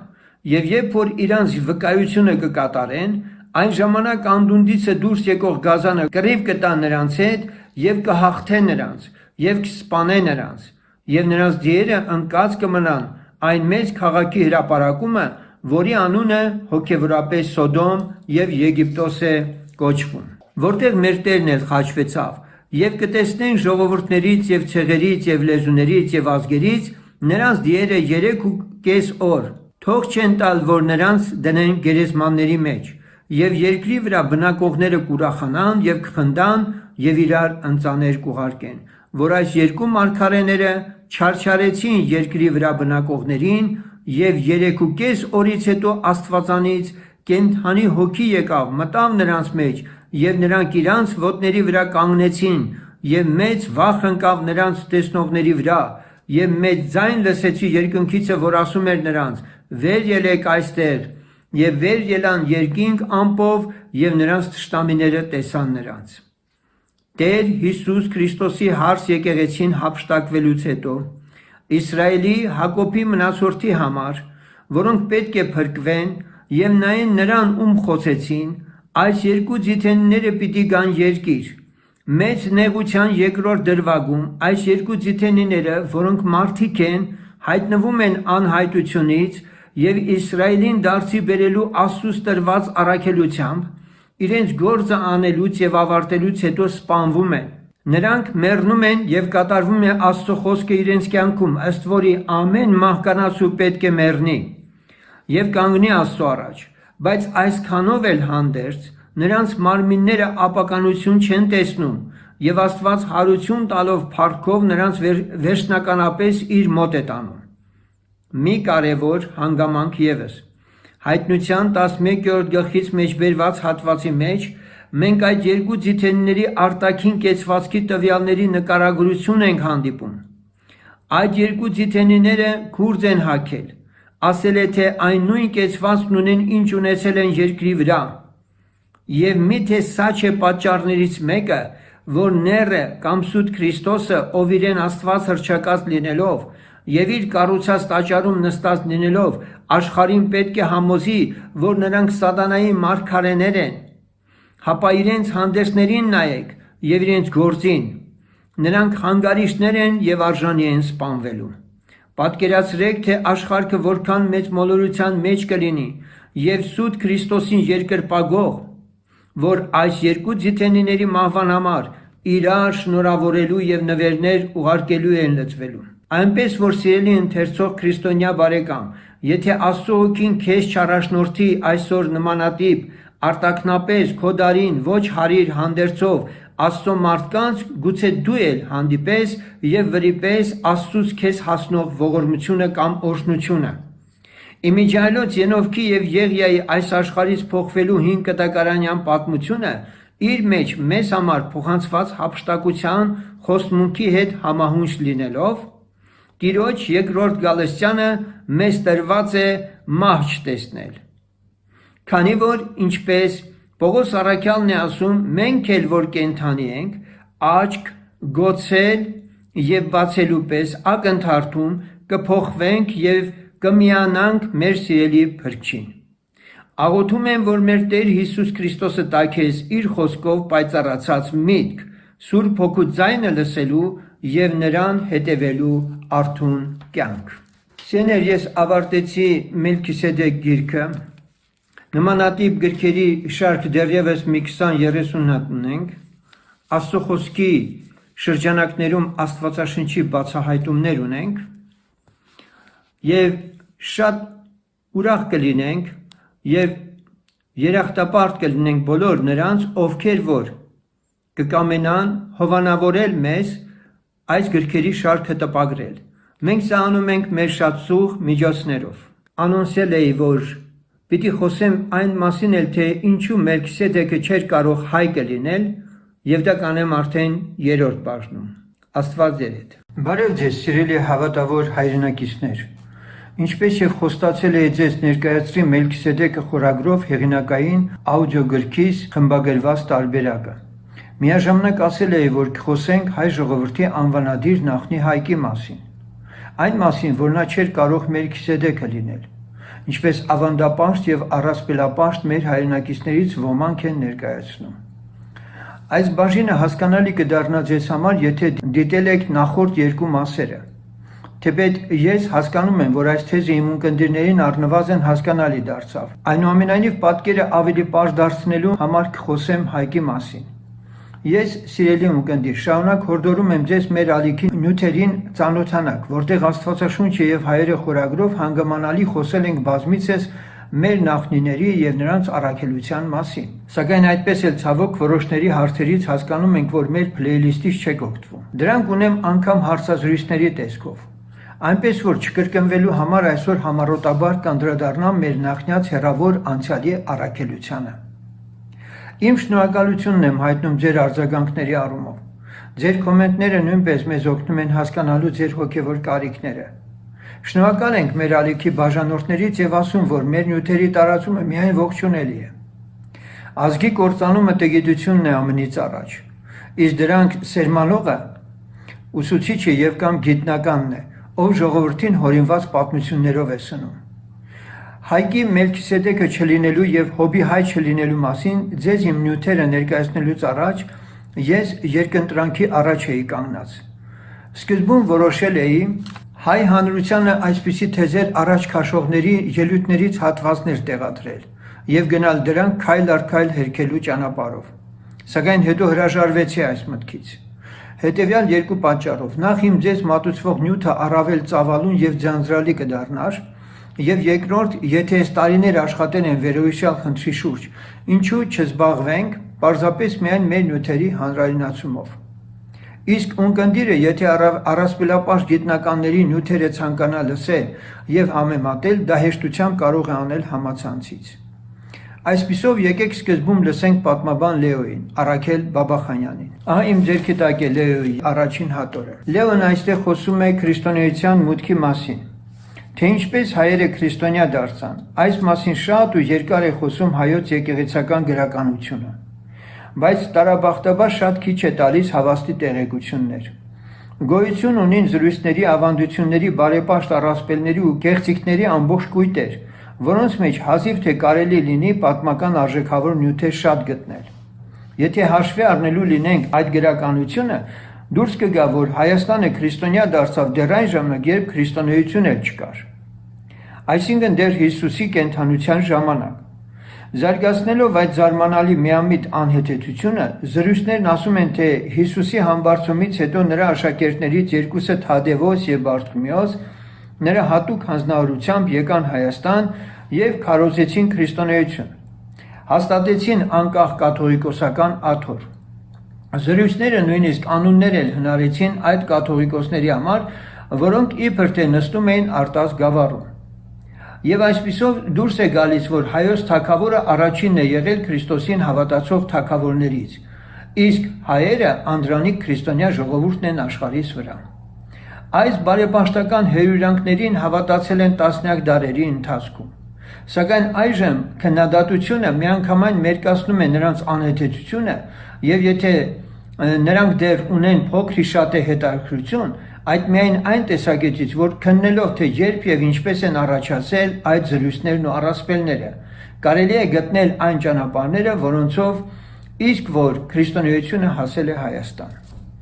Այսպիսով ես ինչու Լեոյին հղում կատարեցի, չնայած նրանք, ովքեր որ Լեոյին բուրժուական պատմաբան կհամարեն կամ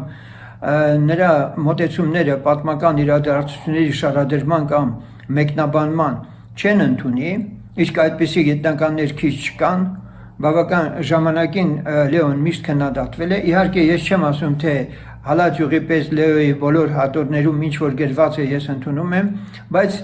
այնուամենայնիվ այն ինչ որ հիմա լսեցինք,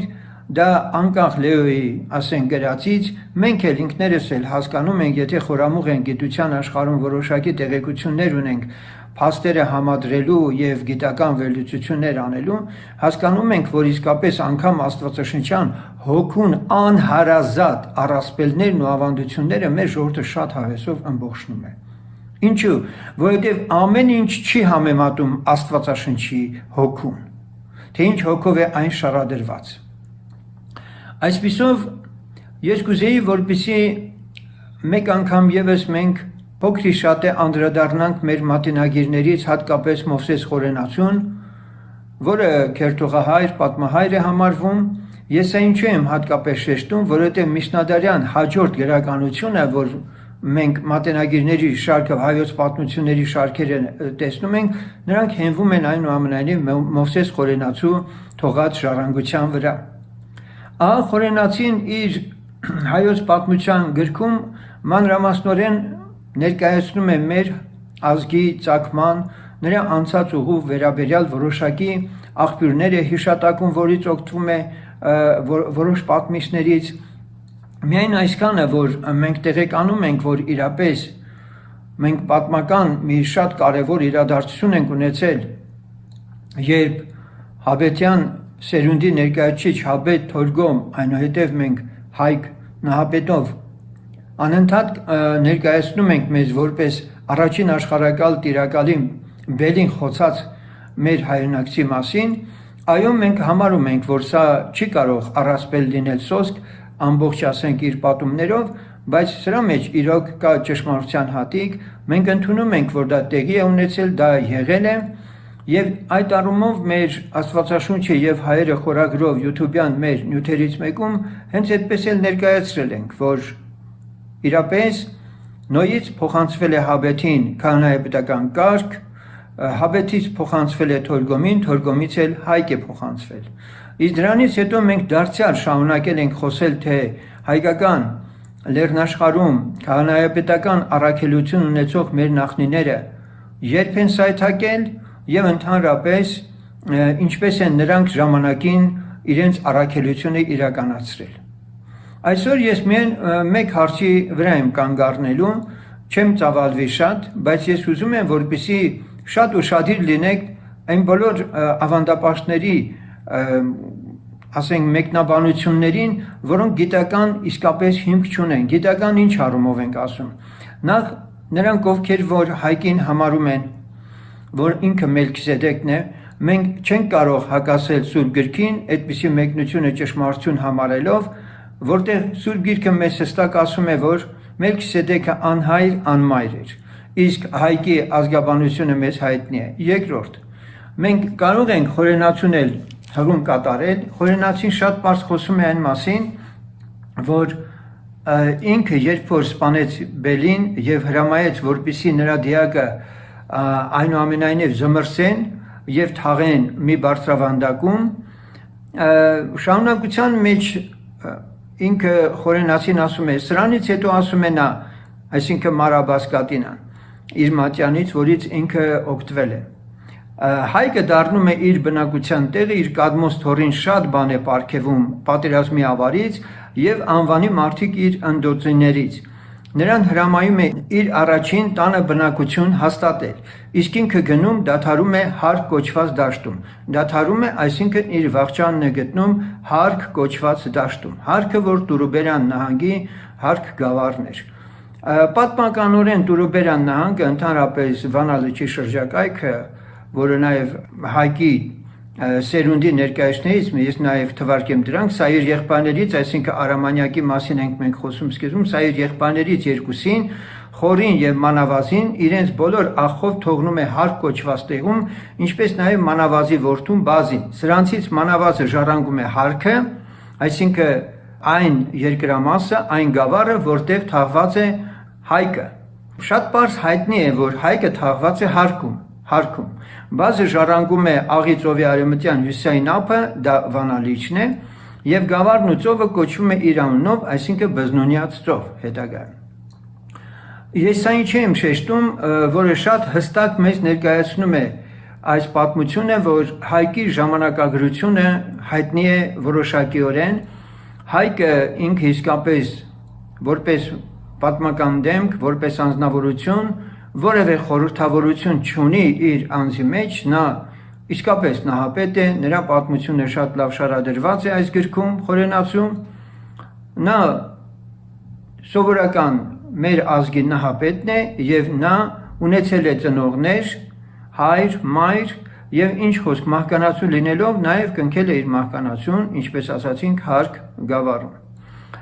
Այժմ ես ուզում եմ նաև մեկ այլ տվյալ ներկայացնել, որը շատ ավելի խոսուն է։ Երբ ուսումնասիրում ենք ժամանակագրությունը, թե իբրև Մելքիսեդեկը, որ Աբրահամին հանդիպեց, դա Հայկն էր, որ հանդիպեց եւ օրհնեց Հայկը, կարծես թե Աբրահամին փոխանցելով նրան քահանայապետական պաշտոն, իհարկե սա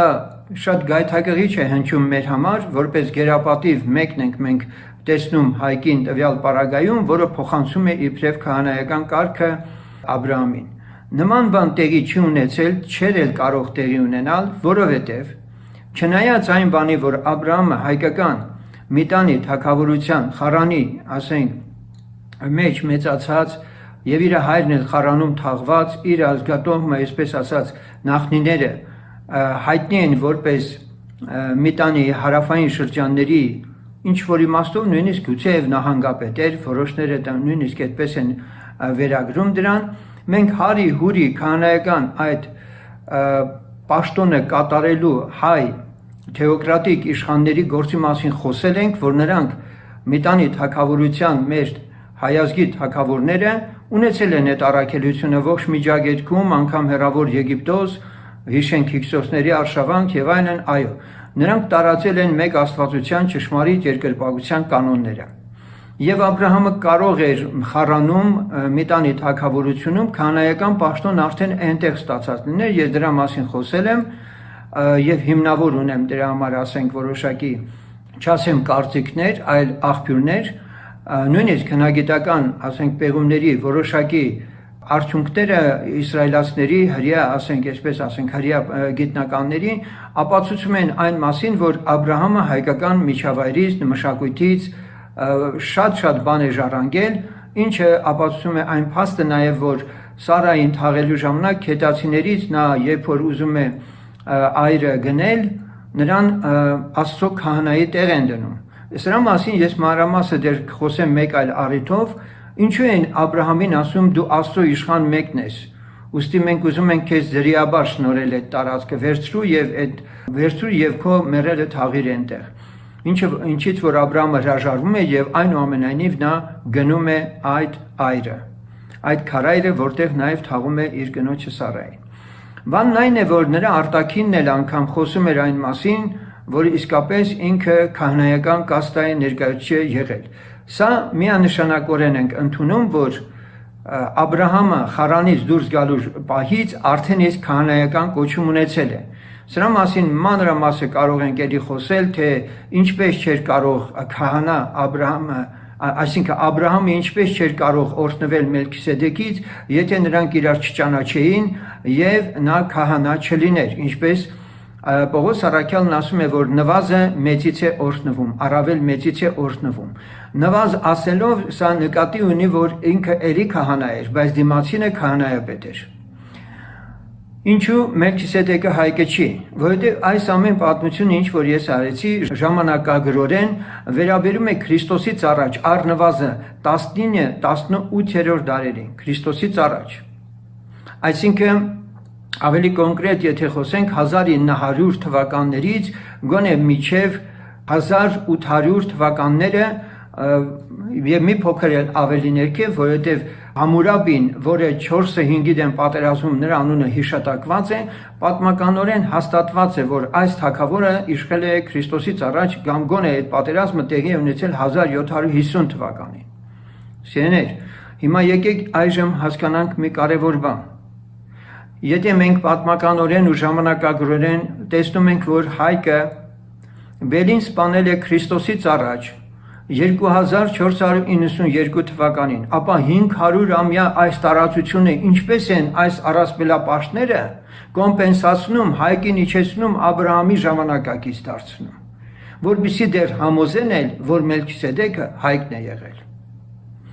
Սա միանշանակորեն անընդունելի է եւ գիտական քննադատությանը բնականաբար չի դիմանում։ Իսկ առասպելներն ու ավանդությունները, եթե շատ ախորժելու հաճելի են ոմանց, թող իրենց միտքը հաճեցնեն։ Այսքանը ես կարող էի ընդամենը ասել, ավելին կարելի էր ծավալվել, բայց սրանով շատ պարզ, շատ հեշտությամբ հերկվում է այն գաղափարը, որ Մելքիսեդեկը երբեք չէր կարող հայկը լիներ։ Մանավանդ, որ ինքը թագավոր է մի երկրամասում, Պաղեստինում, որը բավականին հեռու է հայկական լեռնաշխարհից։ Այսինքն հստակ նշված է, թե ինքը որտեղ է թագավորել, քաղաքի անունը, երկրամասը, որտեղ այս Մելքիսեդեկը եղել է։ Այսօր այսքանը, կշարունակենք հաջորդիվ ներկայացնել ձեզ, որ Հոբն էլ հայ չի եղել։